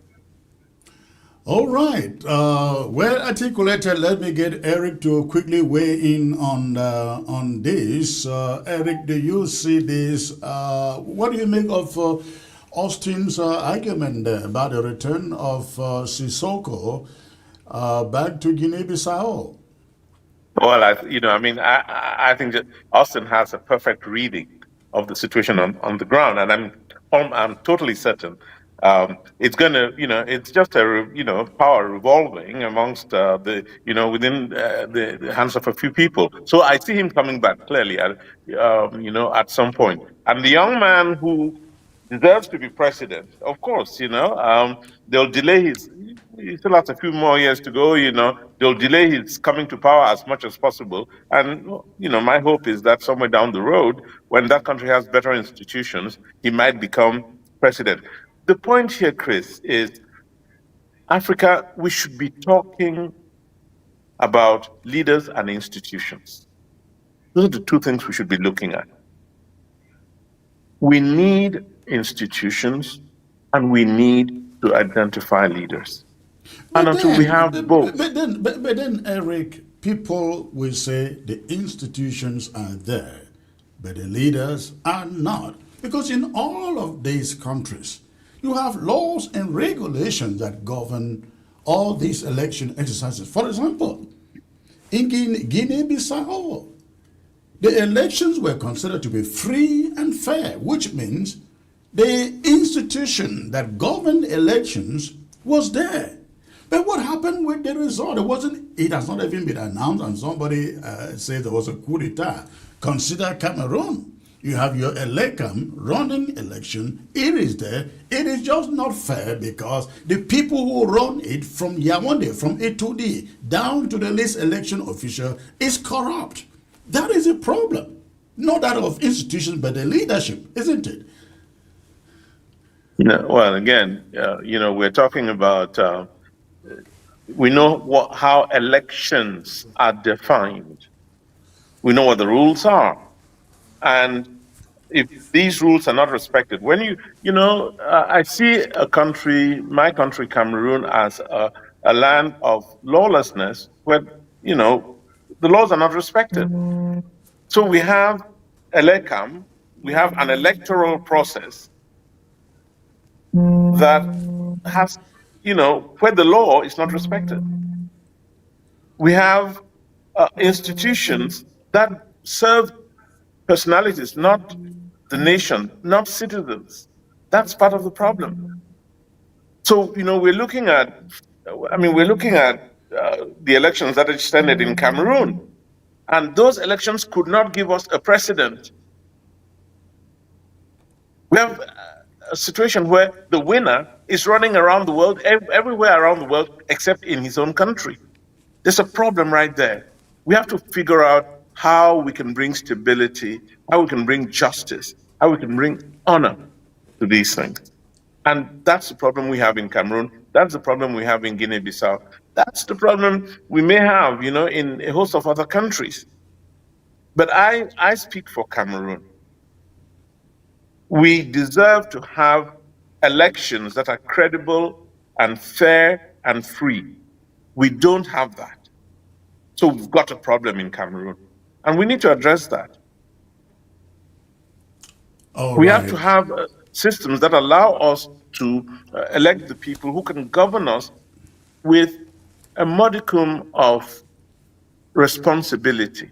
In other words, the people, we should be able to hold people in leadership responsible. And the fact that we cannot do that because the laws do not work, then, we'll continue to live in the jungle we live in, called Cameroon. And we're saying no to that. We're saying no to that. We're saying this should be a country of laws. And let's fix that. Let's fix the laws. Let's have justice. Let's have good governance. Let us allow for the institutions to work as they were designed to work. And if they don't, Let's fix them. There's a problem. That's our problem in Cameroon today. All right. Emmanuel, please, 50 seconds, if you have any point to make, 50 seconds, and then I will let some of you go. If you want to stay for the phone call, that would be great. All right, Emmanuel, please. I want to praise my co-panelists for their insight, and wisdom. This, I'm going to make a general statement, these politicians are con artists for more than one trick up the sleeve, holding elections power, Okay. who want it, for those who can hold it. Remember the coup that Paul Biya staged in Cameroon to avoid the Aidjo's people influence. He staged a coup to keep Aidjo and his people and Aidjo's influence from Cameroon. How are you? I said that in Africa, laws are made for those who stand above the law. And Cameroon is a unique opportunity to change the political culture in Africa and give respect to the people, for the people, by the people. All right. Well said there. Well said there. Gentlemen, we will leave the discussion there. If you have to go, that is okay with me. But if you stay, that will also be great with me. At this moment, we're going to open the phone lines to hear from our audience what they think about these two subjects that we discussed today: the killing, the murder of Anicet Ekane in Cameroon, and that of the coup d'etat in the coup, not the coup d'etat, the coup in the Guinea-Bissau.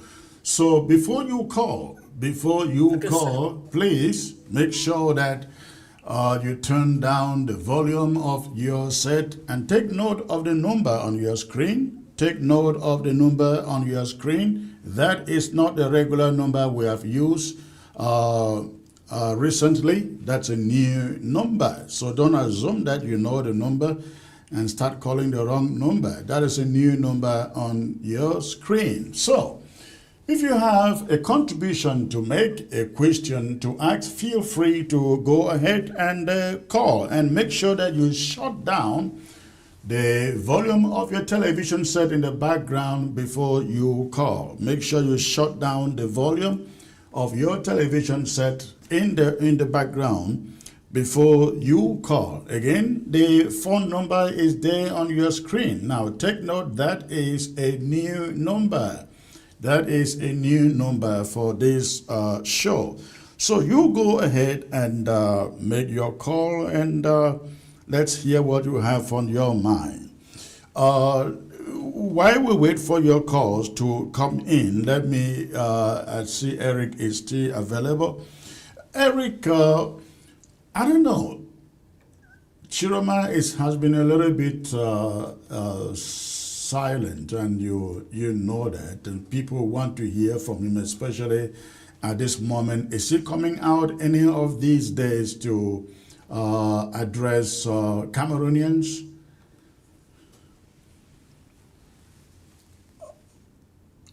Oh, I'm sorry. If you can take that again, please. You were muted here. Right. Well, the point I'm making, Chris, is, he's going to speak tonight. If he hasn't spoken already, I've been so busy, I don't know, but he should have spoken already, or he will be speaking shortly. Obviously, he has to condemn what has happened. Yeah. He has to condemn the killing. Everybody knows that Ekane wasn't in good health when he was arrested, but he had enough precautions to ensure that his health continues to hold. And had they respected basic health protocols, had they respected that, Ekane would be alive today. This is a guy, many of us spoke to in the past days and weeks. Why should he be dead today? Had they respected basic his health rights, he'll be alive today. Anyway, he's not. He's gone. Mr. Chiroma has to address that. And in many ways, I think he and us see this as the trigger for the next steps in the process. And I know that's what you're going to ask. What next? I think there's a lot of thought going into that. There's a lot of organizing going into that. And I think in the coming hours, maybe you'd see what the next steps are. It is just unconscionable, what has happened. And as I said at some point in this broadcast, I hope that we would raise Anicet Ekane to the status of national hero that he so deserves to be, for reasons that are obvious. I mean, this guy was fighting for multi-party politics in Cameroon as way back as the 1990s, and he was one of the first to be arrested for daring before Ni John Frundi became an item on the political agenda. Anicet Ekane and a host of them, Henriette Kwe, Yondo Black, and so on, were arrested. So this has been a fighter for quite a while. And it's so tragic that he would end his life without seeing without seeing democracy take root in that country. It would have been such a gift to him. But he didn't, and I hope that his death will not be forgotten simply because he's no longer around with us. I hope that we'll use the fact of his death to help move this process to the next level. How about, I was going to say goodbye, Chris, but I thought I'll wait and see if there's one or two questions before I leave. Yeah, so if there are any, I'll take one or two. This is a new number. We're just starting it the first time today. I guess people don't realize that. But we are watching to see if anybody calls. Again, listeners or audience, this is not the old number you've used all along. This is a new number. Take note of that. So don't go dialing the old number and thinking you are dialing this one. All right. Okay. Eric, how about Jokam? Is it Chameni or Kameni? What is the situation behind bars? I don't have a lot of in the latest information. What I know, though, is Jokam is okay. He's doing fine. He's a brave, very determined warrior. I know there's a lot of pressure on him to submit to certain demands by the regime. He's, as I said, a fighter. He probably wouldn't submit to it, but he just might. What demands are they making on him? Well, it could. Don't take it from me, but it could range from condemning ghost towns to demanding that people negotiate with the regime for peace, quote unquote, for a peaceful outcome. But I know it's going to lie within that spectrum of activities. But Joka might just decide not to. It'd be difficult for him not to play ball with the regime, because when they turn up the heat, it can be very ugly. And he has known it, because this is not the first time he's been behind bars with this regime for political reasons. So far, for all we know, Jokam is doing well. He was brought out a couple of nights ago for a nighttime trial. And I think the process was even without his lawyers. And I think what they wanted to do was to find a reason to have him sign some papers and let him go. But it didn't happen, because very next day, Ekane died. So right now, we don't know what the situation is. But I think in terms of his health, he's fine. But in terms of what the regime wants to do with him, that remains unclear. That's quite interesting. We will keep monitoring what happens to him. I think a few days ago, I learned the regime was trying to bribe him to condemn demonstrations, condemn ghost towns and stuff, but he outrightly rejected it. He refused to do that. Right. We hope he remains strong behind bars like the Sissikos, the Tassang Wilfreds, and so on. Exactly. My friend Abdul Karim and the rest of them, all of them behind bars who have been very brave, resistant, and courageous to face the And music. these people should not be there, Chris. Correct. These Correct. people should not be there. Correct. Utabi should not be where he is. Terrence and the rest of them. They should not be there. Right. And this is what we're talking about. The change we want. The possibility of people discussing, sitting All around right. the table Hold and on, saying, Eric. this Let's is what I get want. this first. Hold on. Let's get this first caller here. Hello. 913. Hello. Hi, Chris. Hello. Hi. Hi, Chris. Can you hear me? I can hear you, ma'am. Where are you calling from, please? I'm calling from the US. From the U.S. Okay. What is on your mind, ma'am? Yes, I really want to express my condolences for what just happened in Cameroon and also to ask a few questions. Sure. Why did it take this long for Cameroonians to all of a sudden wake up?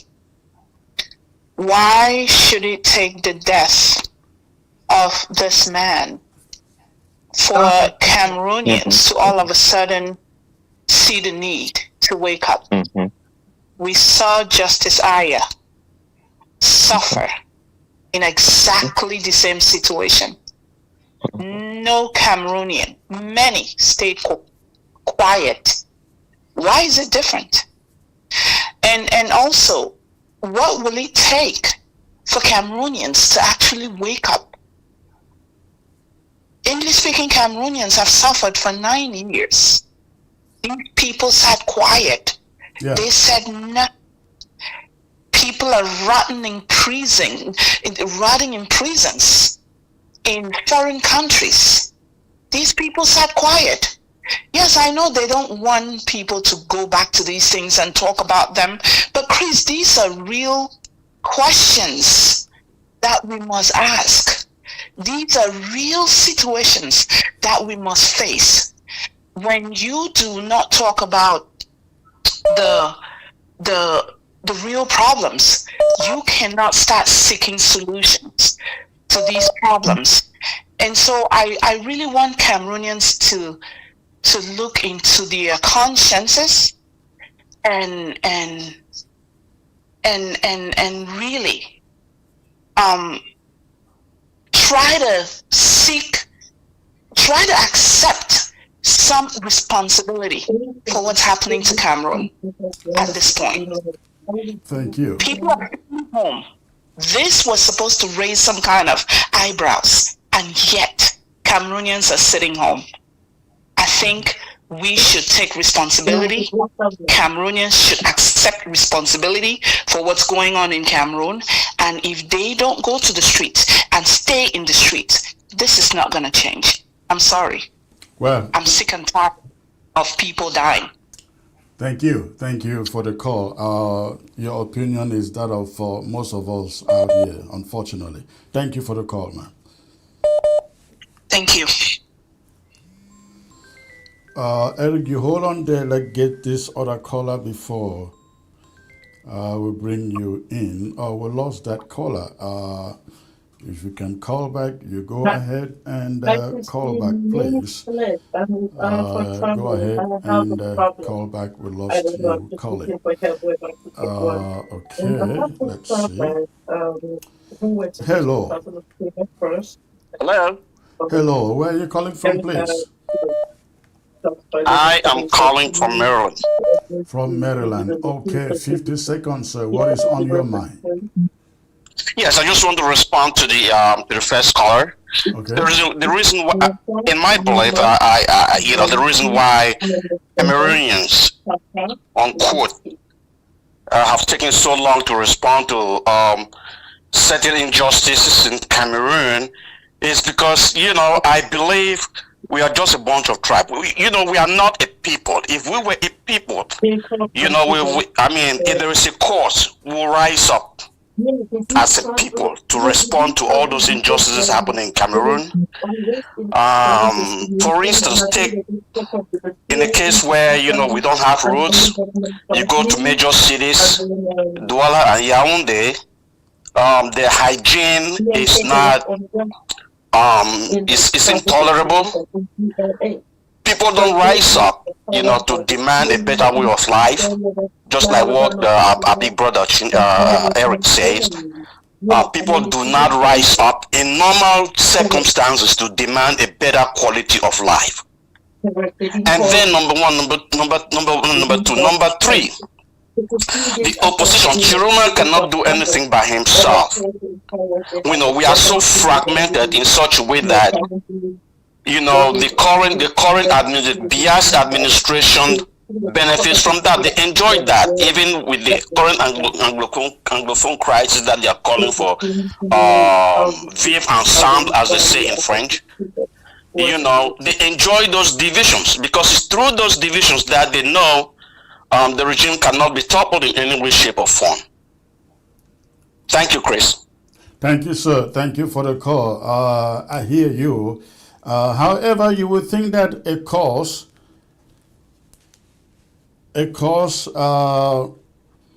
like that of democracy and ballot stolen would unite everybody.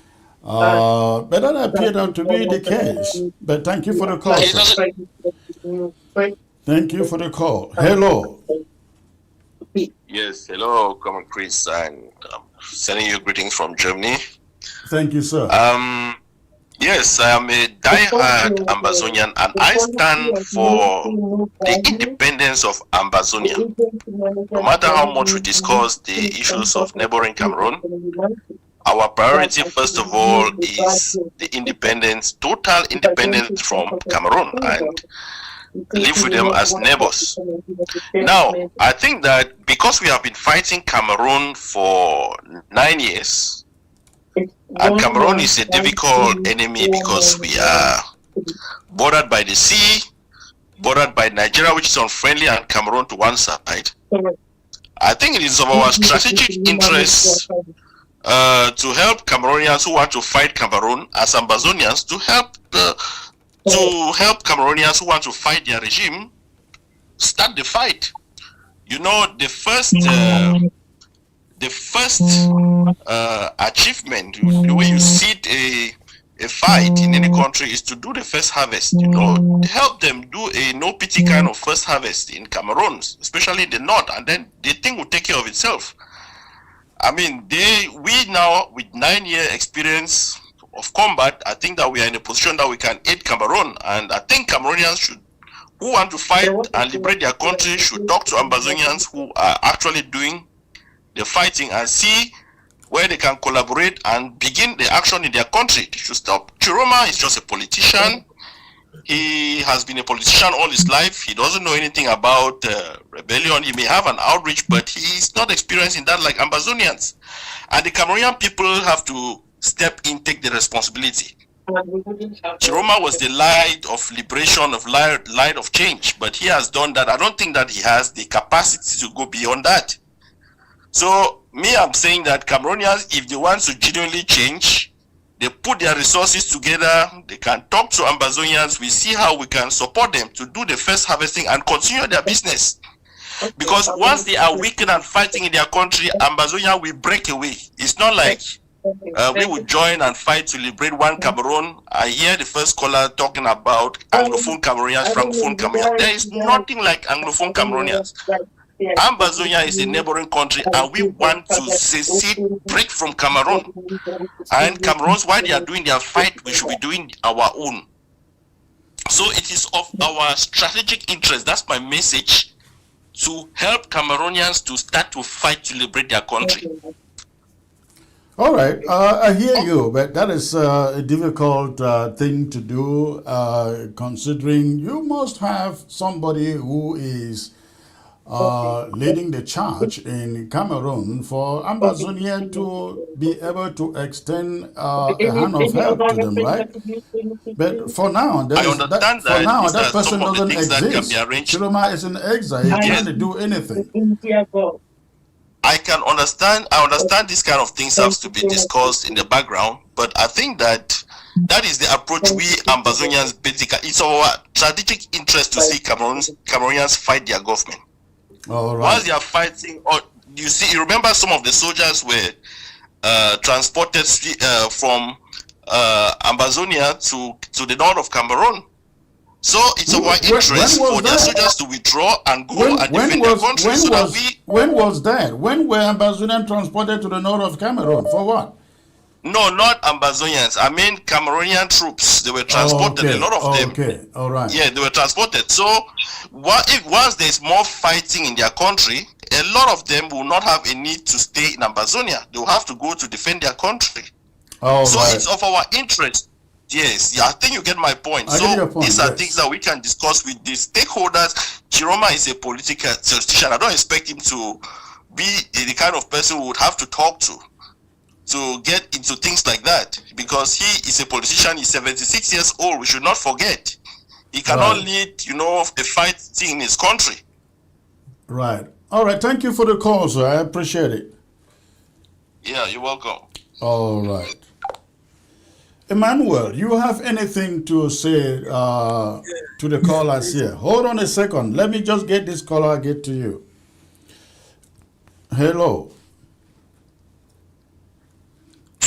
Hello. Hello. Hello, sir. Where are you calling from, please? I'm calling from California. California. Okay. What is on your mind? I have a question. Yeah. I'll ask this question to Eric. To Eric. Okay. If Republic citizens have gone out to protest or demonstrate after the arrest of Anicet, would it have prevented them from killing him? Because this simply just means, or what I see is that after his arrest, nobody went out, nothing happened, and then they just believe he doesn't have any support, and so they could go around and do whatever they want, and that is what they have just done, and they know nothing will be done. So could that have been prevented if they went out to the streets to fight or to demonstrate? And again, my observation is that La République du Cameroon citizens are not yet ready to fight for their leaders. They want their leaders to fight for them, but they are not ready to fight for their leaders. And when all these their leaders are being taken out, who will be there to lead them? Yeah, that's a good So there should be some civic, there should be some civic education. While you're expecting your leader to lead you, you should be ready to play your life, if that be the case, to protect your leader. And that is why what happened to Maurice Kamto is just what is happening to Anicet Ekane, and some of them are still wanting Chiroma to be in the country, and that would have still been what would have happened to Chiroma, and nobody will go out. Thank you, sir. That's a very legitimate point. Thank you. Let me start with Emmanuel. Please hold on to your calls. I will get back to you a little bit later. But Emmanuel, you hear the questions. Are Francophones ready? They want their leaders to save them, but they are not ready to save their leaders. I actually thought that today, Monday, people would have taken to the streets in Douala, in Yaoundé, in Bafoussam to demonstrate and protest the killing of Anicet Ekane behind bars. We heard nothing. Why are they not ready to defend their leaders? How can Issa Chiroma go home knowing that he will be killed and nobody will stand up for him? Emmanuel, would you take the question, please? Guys, I want to plead the Cameroon people for a while. Look, let's use a bit of psychology here. This is a people that has been sleeping out of fear for decades. Okay? And all of a sudden, they have to raise and be this bold nation who goes out to the street and throw themselves at the bullets. Look, let me tell you something nobody has thought about. Let me plead as a lawyer. Yes. The Cameroonians rose up to vote massively for change. It has never happened. It had never happened for 60 years. Cameroonians rose up to vote massively for change.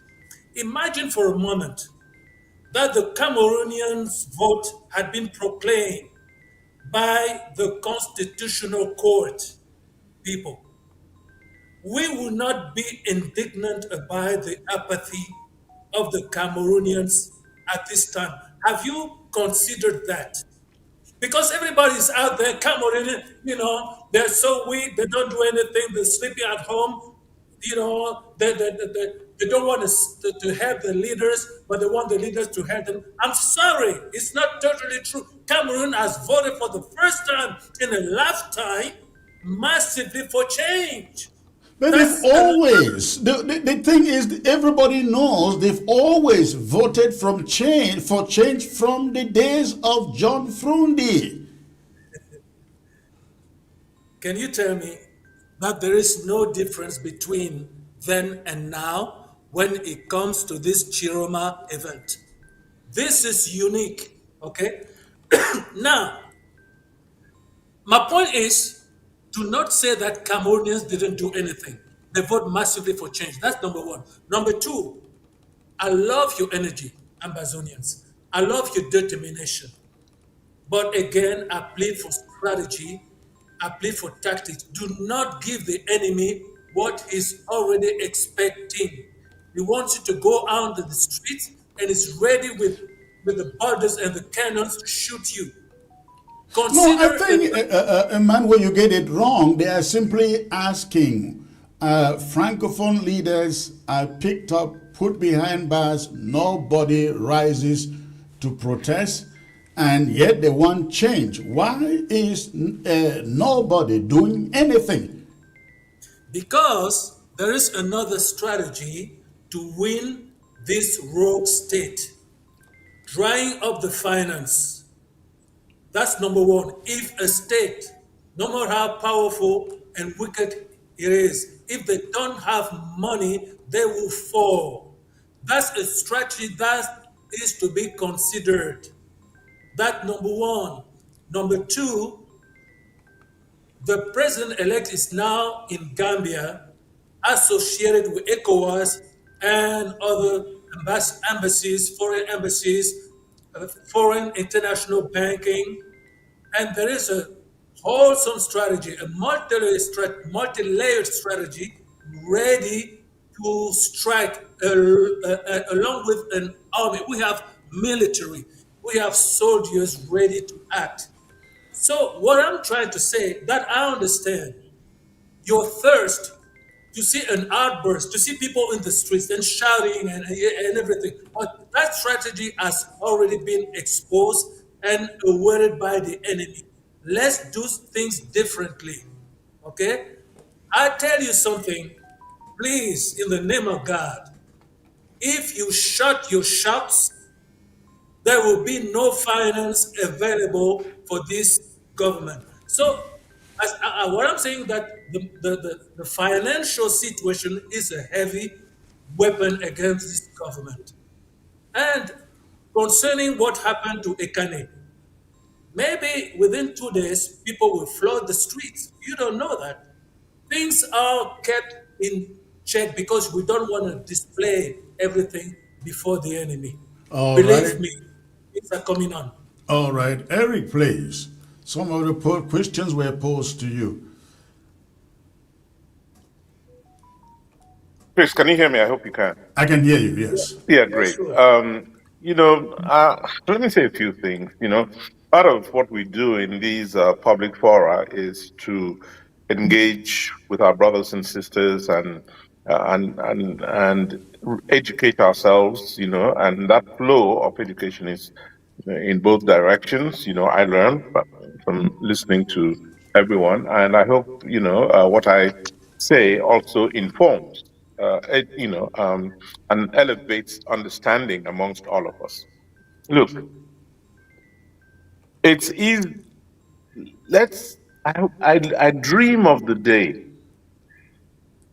when we will see ourselves as Africans dealing with almost the same problems that continue to bedevil the African, and challenge ourselves to act as a people and find common solutions to the problems we have as a people. There's a serious problem there.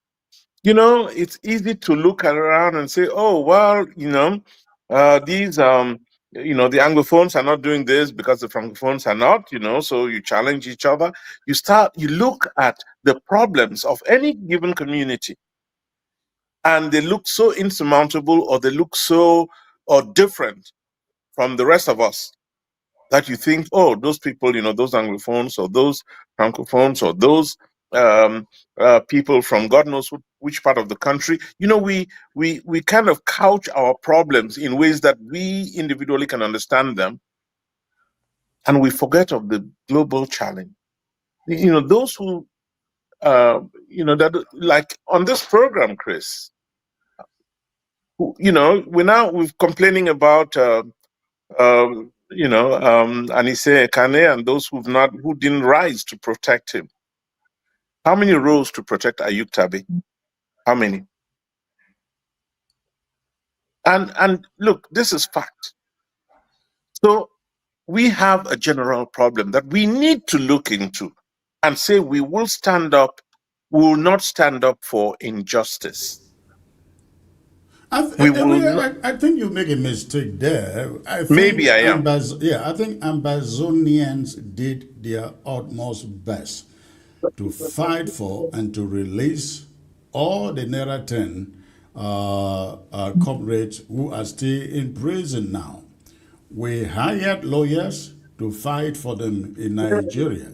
I personally flew over to Nigeria to do what the best I could do in that respect. Chris, I don't want to interrupt you. Maybe I should not have gotten into that space.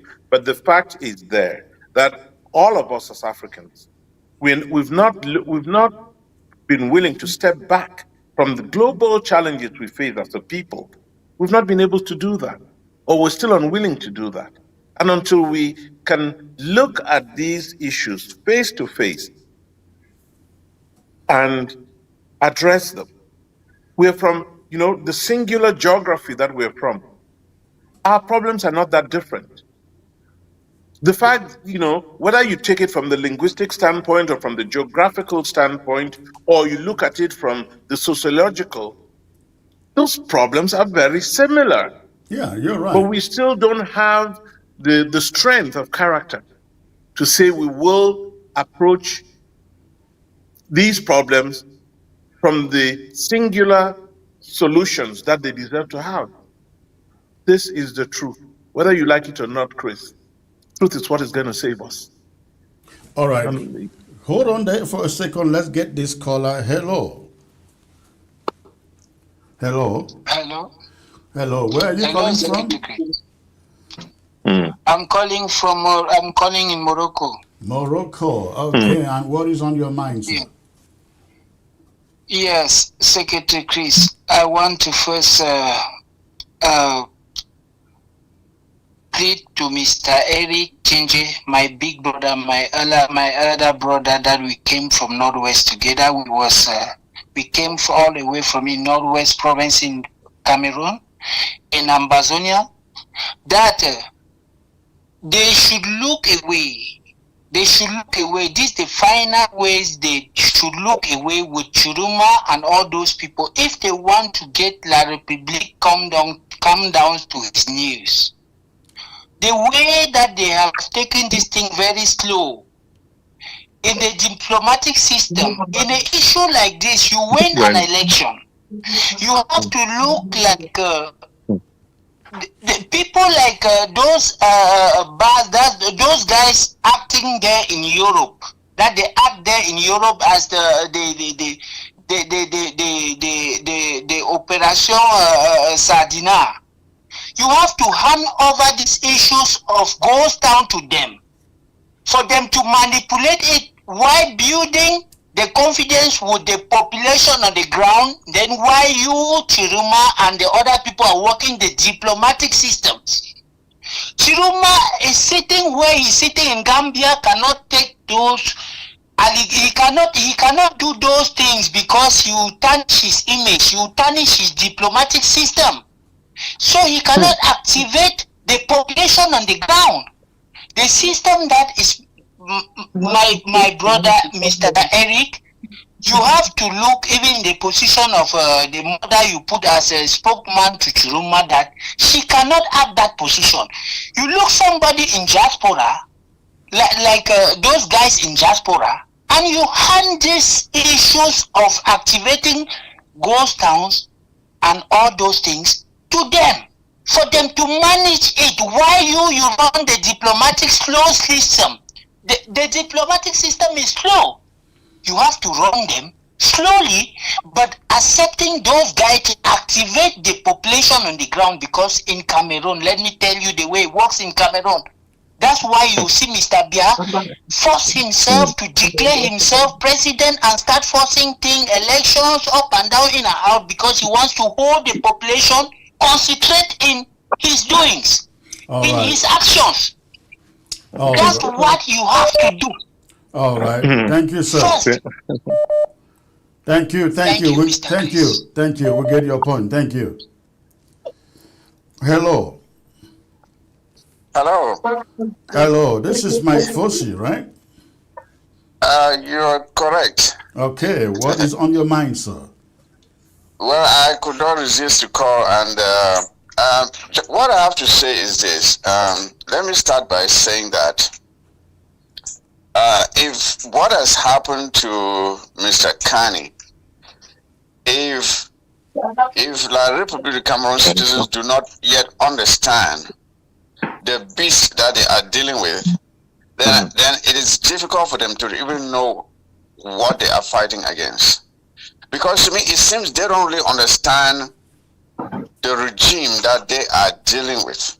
These people are determined to rule that country for the foreseeable future using whatever means at their disposal, including murder and even genocide. They are willing to do that. So when I hear some of your commentators speaking, it gives me the impression that they don't yet understand who they are dealing with. These people are vicious. They don't care about spilling blood. And until the Republic of Cameroon citizens understand that, and understand that in order to confront these people, they must use the tools that will compel them to think otherwise. What I'm trying to say, let me put it bluntly. If those who want change in that country are not ready to they're not ready to see blood, then they should stop bothering people. If they're not willing to make sure that the same blood that these people are spilling, that theirs too, they realize that theirs too can be spilled in the same manner. Until they understand that, nothing will change in the Republic of Cameroon. And when I listen to the response from Chiroma, or the statement he made about Mr. Ekane's death, it sounds so lame. It sounds so lame. I don't feel any anger. I don't feel anything there that can give people a reason to rise up. I don't see it. Now, let me say this. Let me give them a prescription. Maybe they don't understand. Let me give them a prescription. For all those who like to say out here in the diaspora, oh, we want change, making noise. Start organizing yourselves in communities. Have your communities and start putting resources together to confront that regime. That is how you show some seriousness. Start putting your resources together. When you have enough resources together, you will have fighters. Because the only reason La Republic of Cameroon soldiers are going out there and fighting is not because they love that regime so much, it's because of what they are getting out of it. So when you are able to counter that and be able to have another counter force and be able to equip them and compensate them, you will have people who are willing to fight for the cause you say you're fighting for. Until you are willing to do that, I don't see any seriousness on their part. All right. I don't see any seriousness on their part. That's my free advice to them. Get yourself organized and do something, or shut up. All right. Thank you for the call, sir. That was very blunt. Yeah. But the Can first I caller, react to this? Eric and Yeah. Emmanuel, Yeah. raised a very legitimate question. You give the position of a spokesperson for a revolutionary organization to an 80 or 84-year-old woman on the ground. Why not put it in the hands of the activists in the diaspora? And why not let have Chiroma lead the way in vision, in diplomacy, and then leave the other part of it, the action part of it, in the hands of the activists in the diaspora? We've seen what Bar has, is it Bars or Bar, has done in the past years in Europe. Why not do that? Well, Chris, there's something called the Americans called Monday. Can you hear me? Eric, Can I you hear can me? hear you. You may be muted at your end.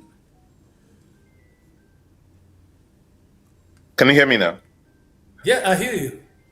Mm-hmm. I don't know what is Can you hear me, going Chris? on. Yeah, I can I hear think you. Emmanuel, I think go Emmanuel ahead does. and speak. Let's see. Yes. I hear him. So I was talking about what the Americans called Monday. Somehow I don't hear both of you. But Emmanuel hears I me. don't know I whether hear you him. hear. Do you hear me? Yes. You hear me? Yes. I hear you. I hear you. Yeah. Chris. I hear Chris and All I right, hear. just go on. We'll figure that out here. Go on, please. Okay, so the problem is clearly from you because the three of us, we can hear you, I can hear Emmanuel, and I can hear I myself. can hear you now. And Something was muted here. yes, okay. So the point I was making was about this Monday morning quarterbacking, which you know well in the United States. It's the easiest role to play. It's the easiest role to play. The guy who just spoke, and I respect what he said, but think about this for a moment. There's a handful of people in this country of the United States that have been putting their ideas together, have been putting a little bit of money. You must have heard of Project Seed, for example, where people have been putting $25, $100, $50. Some have even gone as high as $1,000, $2,000. They've been putting their little resources together to help out. They've helped out some of the children who were protecting Issa Chiroma's house, for example. We've put money, that group has put money and sent to New Bell in Douala to feed 14-year-olds, 15-year-olds, and so on, young adults who were arrested, 400, 500, 600 of them. They've put some resources together to do that. They've put some resources together to encourage these guys who ride motor taxis, who cannot afford to go for a whole day without working. They've put some money and said, look, we'll ease the pain. There are people making things happen. But that action only prolongs so let the me pain. finish by saying that those who sit back and think nothing is going on, one, they've not been able to, they should reach out and see what is happening and how they can contribute to that effort instead of sitting back and criticizing. So easy to criticize. I think what they are saying is what you are doing may be good, is actually good, but not what is required at the moment. They want to see the youth of Cameroon rise up, take to the street, and reclaim their freedoms. That's what he's talking about. Well, part of this, Chris, is also educating the people. Part of it is giving the people a reason to believe that there's a future that lies beyond activism. And, the Senegalese understood it, and they did it, and got the change they wanted. Yeah. But we've not quite done it yet in Cameroon. But that's for not the lack of trying. There are lots of efforts right now. You must have heard of what Kawala is trying to do with her people to raise some money to educate the women. There's a lot that needs to, a country like Cameroon is not easy because it's a country that has enough to feed it, well, until recently, could feed its people. And now all of a sudden, people are going hungry, and they're beginning to listen and to understand. Eric, I don't understand though that after all these years we're still talking about educating the women, educating the youth, and But it is the case because in Senegal they were hungry easily. They didn't have food. In Cameroon they always had food. You must take these things into account. We're not fabricating them. This is the reality on the ground. And don't it so it can be very easy sometimes to stand away from these things. do you think if everybody get the food they want on the ground as you suggest, and the Okada guys get all the money for gas that they want, what will motivate them to go defend their freedoms? That is precisely why things have changed. There's a demand, a real demand for change in Cameroon. It's because the realities on the ground have changed. It's because we have a system that no longer works for ordinary citizens. It's because we have people, as a result of the corruption, people who've destroyed the futures of young people in Cameroon. We have a country where people are leaving universities and cannot find jobs. We have a country where there are no investments coming into the economy. Cameroon has just been destroyed, and that is what has finally, it's taken a while for it to hit home, but it has hit home.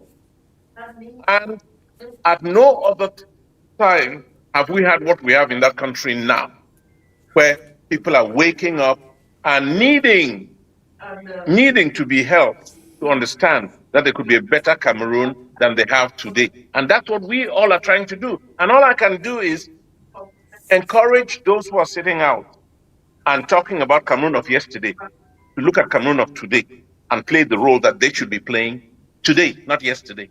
And this applies to, I don't want to get into the debate about who should be doing what. No, all I'm saying is each of us look at yourselves and ask yourself the question, have I done what I should be doing to move this country forward? Chris, let me answer that question I have to you. done that. Let me answer the question, and it's that. important. And my country, I'm not answering this question. I have done that. I continue to do that. Yes, I know that, country Chris. I know. is the southern Cameroon, it's not about Cameroon. You. Yes, it's not about you. It's not about me. No, it's about us. Right. So it's about us. But my country is Amazonia, though. Whatever it doesn't matter what you want to call it, but God put us in a certain geography. God put us there. I said my country, not our country. I said my country. I'm not talking about your country, my country, or anybody else's country. I'm just saying God put us in a certain geography with a certain responsibility. You see your responsibility as you see it, that's totally fine. And that is consistent with your God. I see my responsibility as I see it based on where God put me. And if you want me to describe who I am within that geography, I can. But the important thing is, when I go to bed at night, when I sit back at home, when I look at the situation of that country, the one question I ask myself is not, what is Chris Arnold's responsibility? I ask myself, what is Eric Chinje's responsibility within this mix? And that's all. That's all. And I hope that the more of us are willing to ask the question and do what it takes and put that extra dollar from our pocket instead of going to use it for some other reason, put it to trying to help resolve the problems of that community. The more of us do it, the better for the country. And that's all we can ask. That's all we can ask. I'm not going to try to put pressure on you that more than you can bear. Emmanuel, why should bars not take over organizing? Organizing. When I talk about organizing, I mean action organizing, mobilizing of foot soldiers on the ground, and only look up to Issa Chiroma for diplomacy and for direction. It's amazing because what you are saying is already in place and ready to show. It's amazing because I keep saying this. There is something that is called strategy and tactics. And there's something that is called stealth technology, stealth fighting. We are doing things that you do not see, Chris, yet advocating for. All those things you're advocating for are being done at this point in time. I gotta say maybe three things I heard. You said, how come Chiroma chose a 84-year-old lady as a spokesperson? It has nothing to do with the number of years. It has to do with authority, wisdom, intelligence.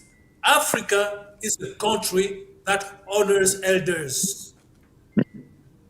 As much as youngsters are, full of energy to go to war, they cannot do anything without the wisdom of elders. The matter in this case is who is going to have the ear of the majority of the people. In Africa, we listen to elders. That's number one. Number two, about the spokesperson, you say that somebody said, Chiroma would choose spokesperson and abroad among the people abroad. Well, I said last time that they are official spokesperson and they are unofficial spokespersons among the diaspora. I am one of them. I think Eric Ginger is one of them. Even you, Chris, we don't have to look to one special person who will be the only person to speak for Chiroma. We know the frame, we know the direction, and with that vision, everybody can act at his place. The Christ, Yahushua was saying, those who are not against us are with us. So a shared responsibility. Because as I said, I am seeing something here that is common with French people. I live in France. French people, when it comes time to take responsibility, they don't. And when they reach a place where the situation has exploded, they start looking for individuals to hold that one responsible, that other one responsible. No, this is a collective task. This is a collective goal. This is a collective fight. When you say, and I understand that you want to see people in the street, that all these people calling here, they want to see people on the street, flooding the streets and shouting and dying. I'm saying, how about we bankrupt the rogue state? How about that?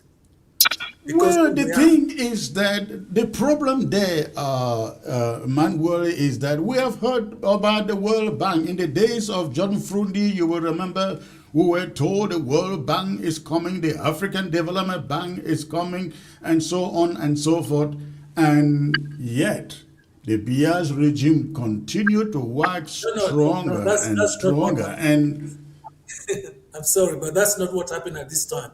At this time, we're frozen the accounts.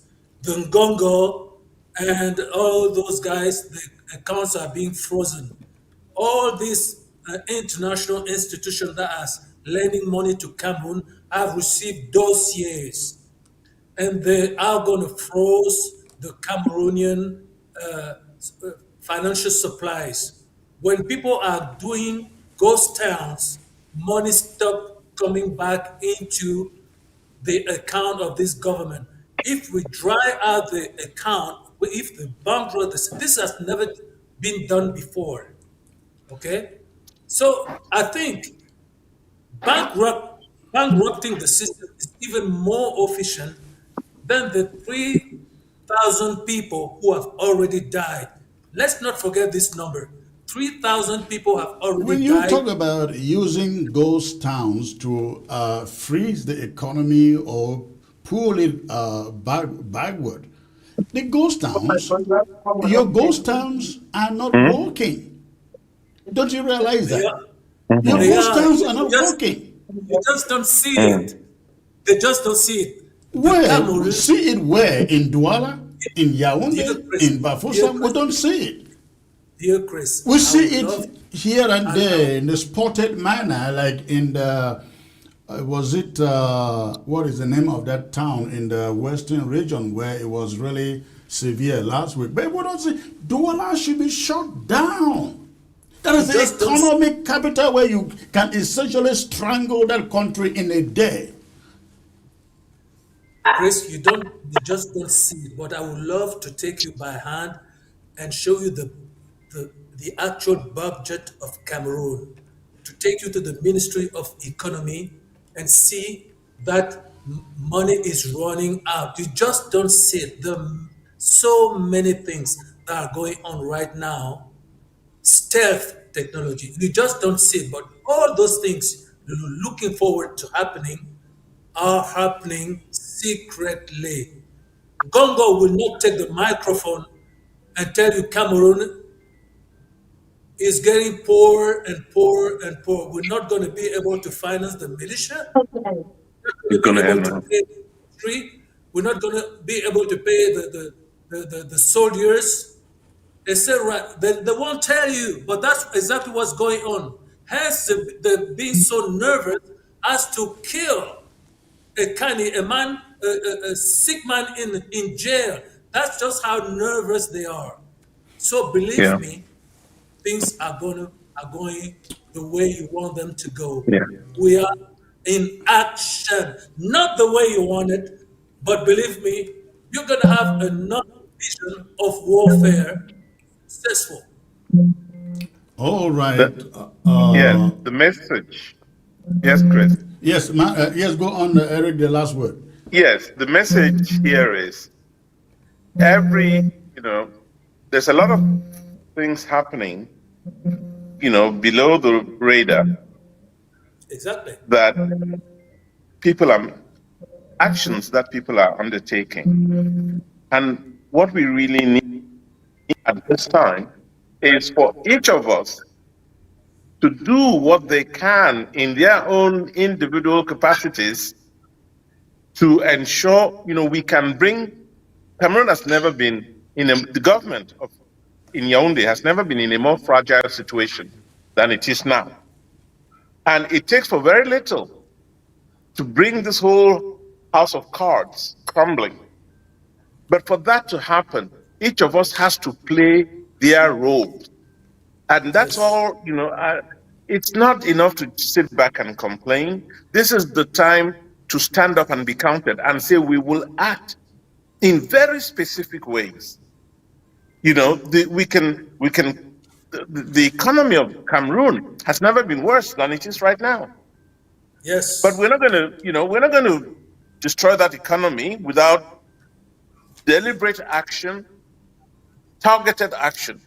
And unfortunately, a lot of people are not doing that. A lot of people would rather just sit back and complain.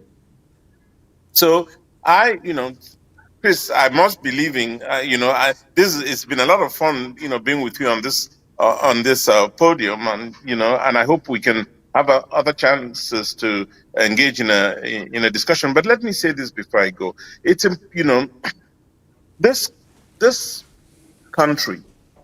I mean, there are those who would say, "No, it's not my country, or it's my country," but we are all part of the same agenda of development. We are all part of it, whether we like it or not. And all I would love to be able to say is, again, as I said it, each of us should ask ourselves, what can I do, or what have I done to improve on my overall environment? That's the question that each of us should ask. And there's a lot we can do individually. And I can tell you, when I woke up this morning, I realized, for example, that the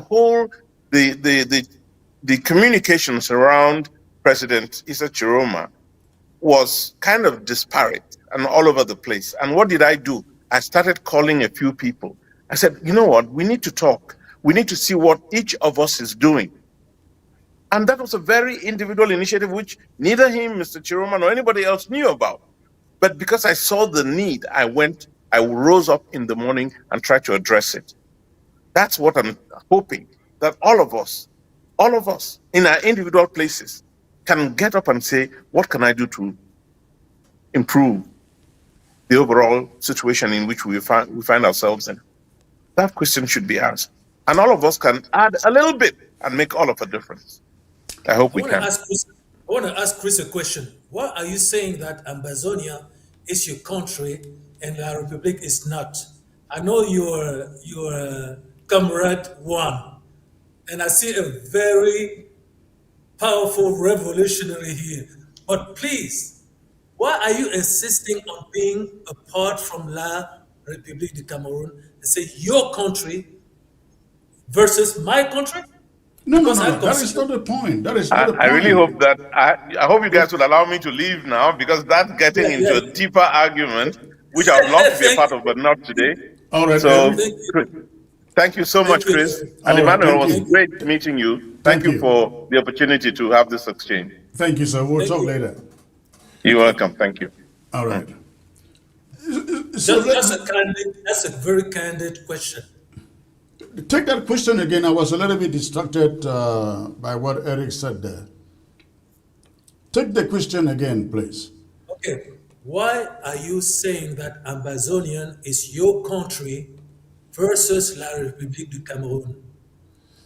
Why are you insisting on that difference? I think it is very clear. Maybe you have not been around for long. You will recognize that Ambazonia has been fighting. The southern Cameroons has been fighting for the past 9 years.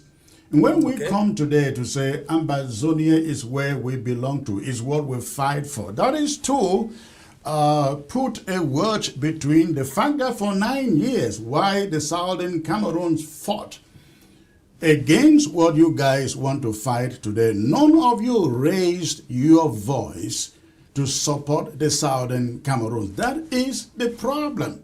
And so today when we see French Cameroonians trying to wake up and fight the regime and fight for change and fight for justice, we are like, that is no longer our agenda, because at this moment we have a different agenda. If you succeed, both of us benefit. If we succeed, maybe you guys, you benefit. But I think we have a common enemy, because Ambazonia's fight is not necessarily against the citizens of French Cameroon. It is against the elite. It is against those who have ruled that country for the past 43 years. Those are the people who have entrenched themselves that there can be no change. But we rose up against it. We asked for a return to federalism in 2016.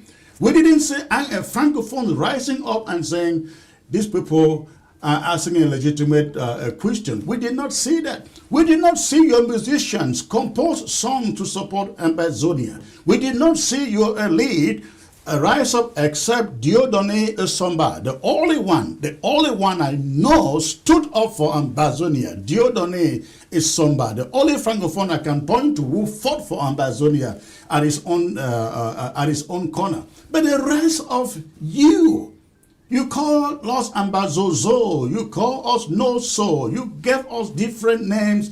That is why Ambazonia sees nothing to benefit in joining you Francophones to fight for your own freedoms when we have Advertising on ABS will benefit from our extensive reach and dedicated viewership. We offer special advertising packages during prime-time slots and popular shows. You'll also be featured on our social media platforms, reaching an even wider audience. Don't miss out on this opportunity. Take your business to the next level. Contact our advertising team at absafricatv@gmail.com. ABS can help you reach your target audience like never before. Advertising on ABS, you'll benefit from our extensive reach and dedicated viewership. We offer special advertising packages during primetime slots and popular shows. So, you'll also right. be featured on our social... Sorry about that. Emmanuel, I don't know whether you got my articulation. I don't know if you got it. But I give you the last chance to respond. I did.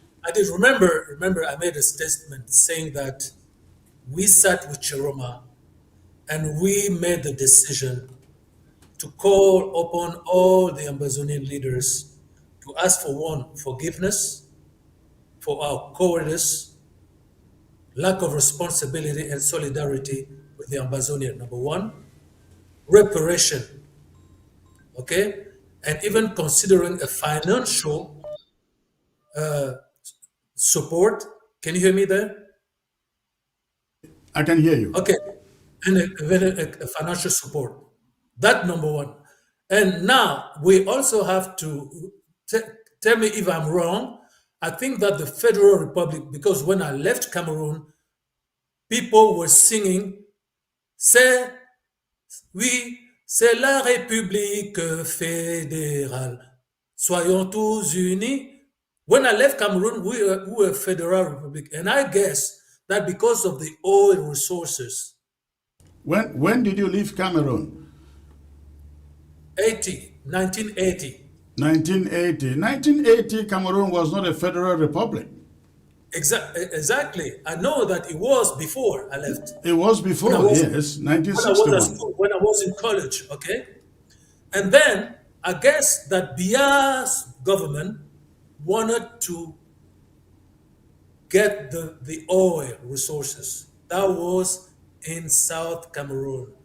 That's why he decided to stop the Federal Republic and become La République Unie because of the oil that you guys have. All right, listen, so we don't have time to go into that. The fact is that Francophones knew that all along.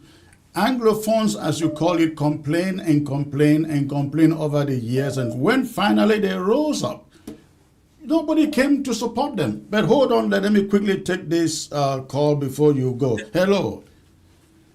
Hello. Hello.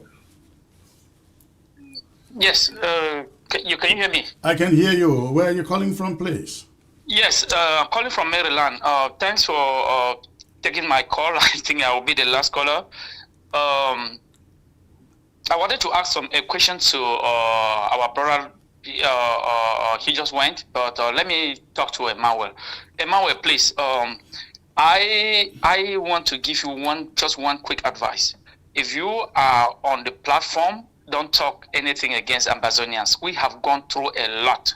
We have really gone through a lot. Just like Comrade Chris was saying, when we were going through all our fights, we were killed, villages burned.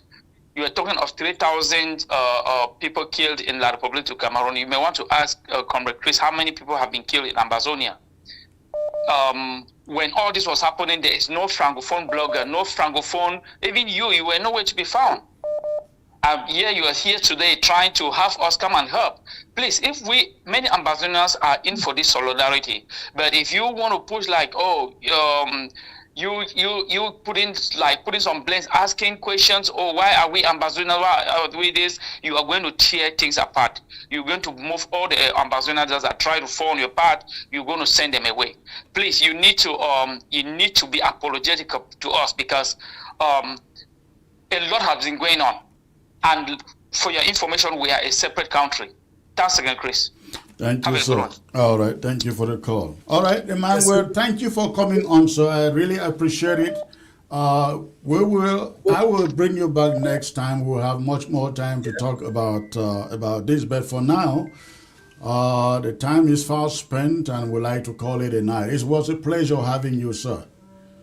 I just wanted to remind this guy my statement asking for forgiveness, reparation, and financial support for the Ambazonians. So I think he forgot my statement, and I just asked a mere question. You see, I don't think Ambazonians need financial support. They need freedom, justice. Well, I think that's what they're asking for. We're going to sit at the table, as I said, with Chiroma. Chiroma said he wants federalism back. I'm not against Ambazonian. You're my brothers. That's my point. That is his opinion. That is Chiroma's opinion, because I don't think any person has the power to singularly decide what Ambazonians should have. I think, yes, coming to the table, we agree on that. Exactly. But when we get on that table, then we have to decide what should happen. Not somebody telling us we're going to give you a referendum or give you federation. Let the people decide. Okay, but I'm being apologetic. I'm not against you. I get you. I want to understand the problem. Thank you. So Thank you you. very much. I love Ambazonians. I love my people. I love you, Chris. And I respect your position. Thank you, sir. It was a great privilege having you again tonight. I look forward to bringing you back on one of these days. Remain safe out there. God bless. Thank you. All right. Thank you.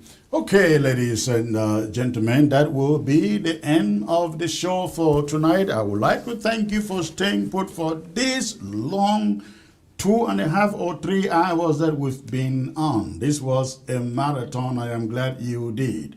Please, before I go, I'd like to appeal to you. ABS needs your help, and we need it now. And when I say now, I mean now. We need your support to keep this channel on satellite. If you're on ground zero, you are not watching us, or tomorrow you don't see us on the satellite, know that it is shut down.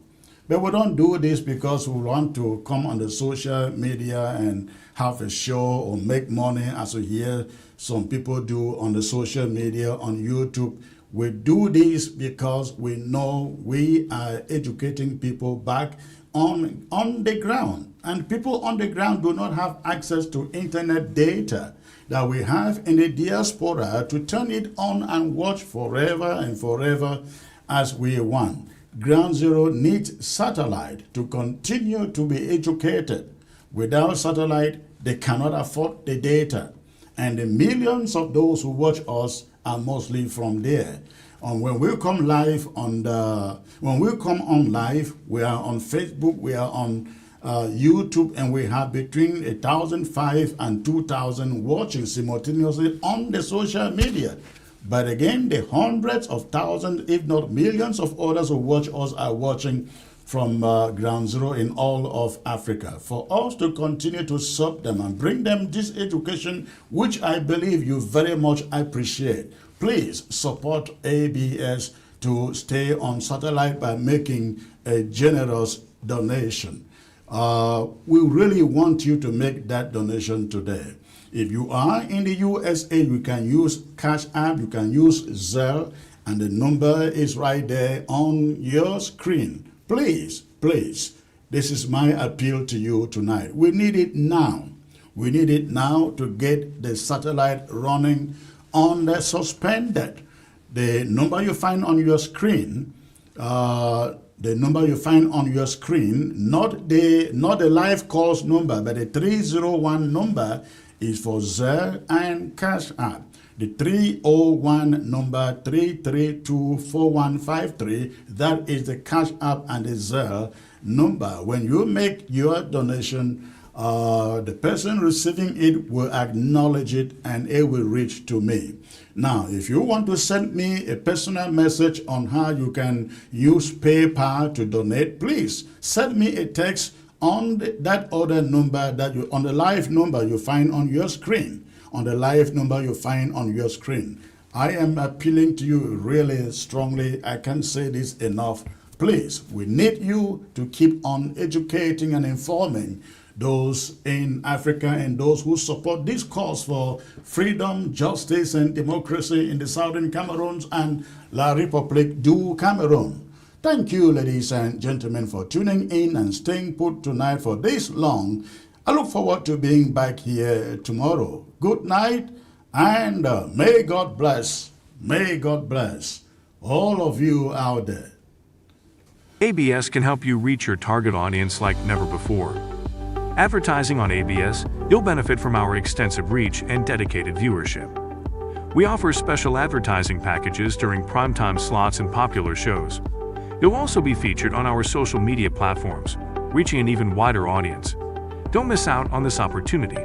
Take your business to the next level. Contact our advertising team at absafricativ@gmail.com. ABS can help you reach your target audience like never before. Advertising on ABS, you'll benefit from our extensive reach and dedicated viewership. We offer special advertising packages during primetime slots and popular shows. You'll also be featured on our social media platforms, reaching an even wider audience. Don't miss out on this opportunity. Take your business to the next level. Contact our advertising team at absafricativ@gmail.com. ABS.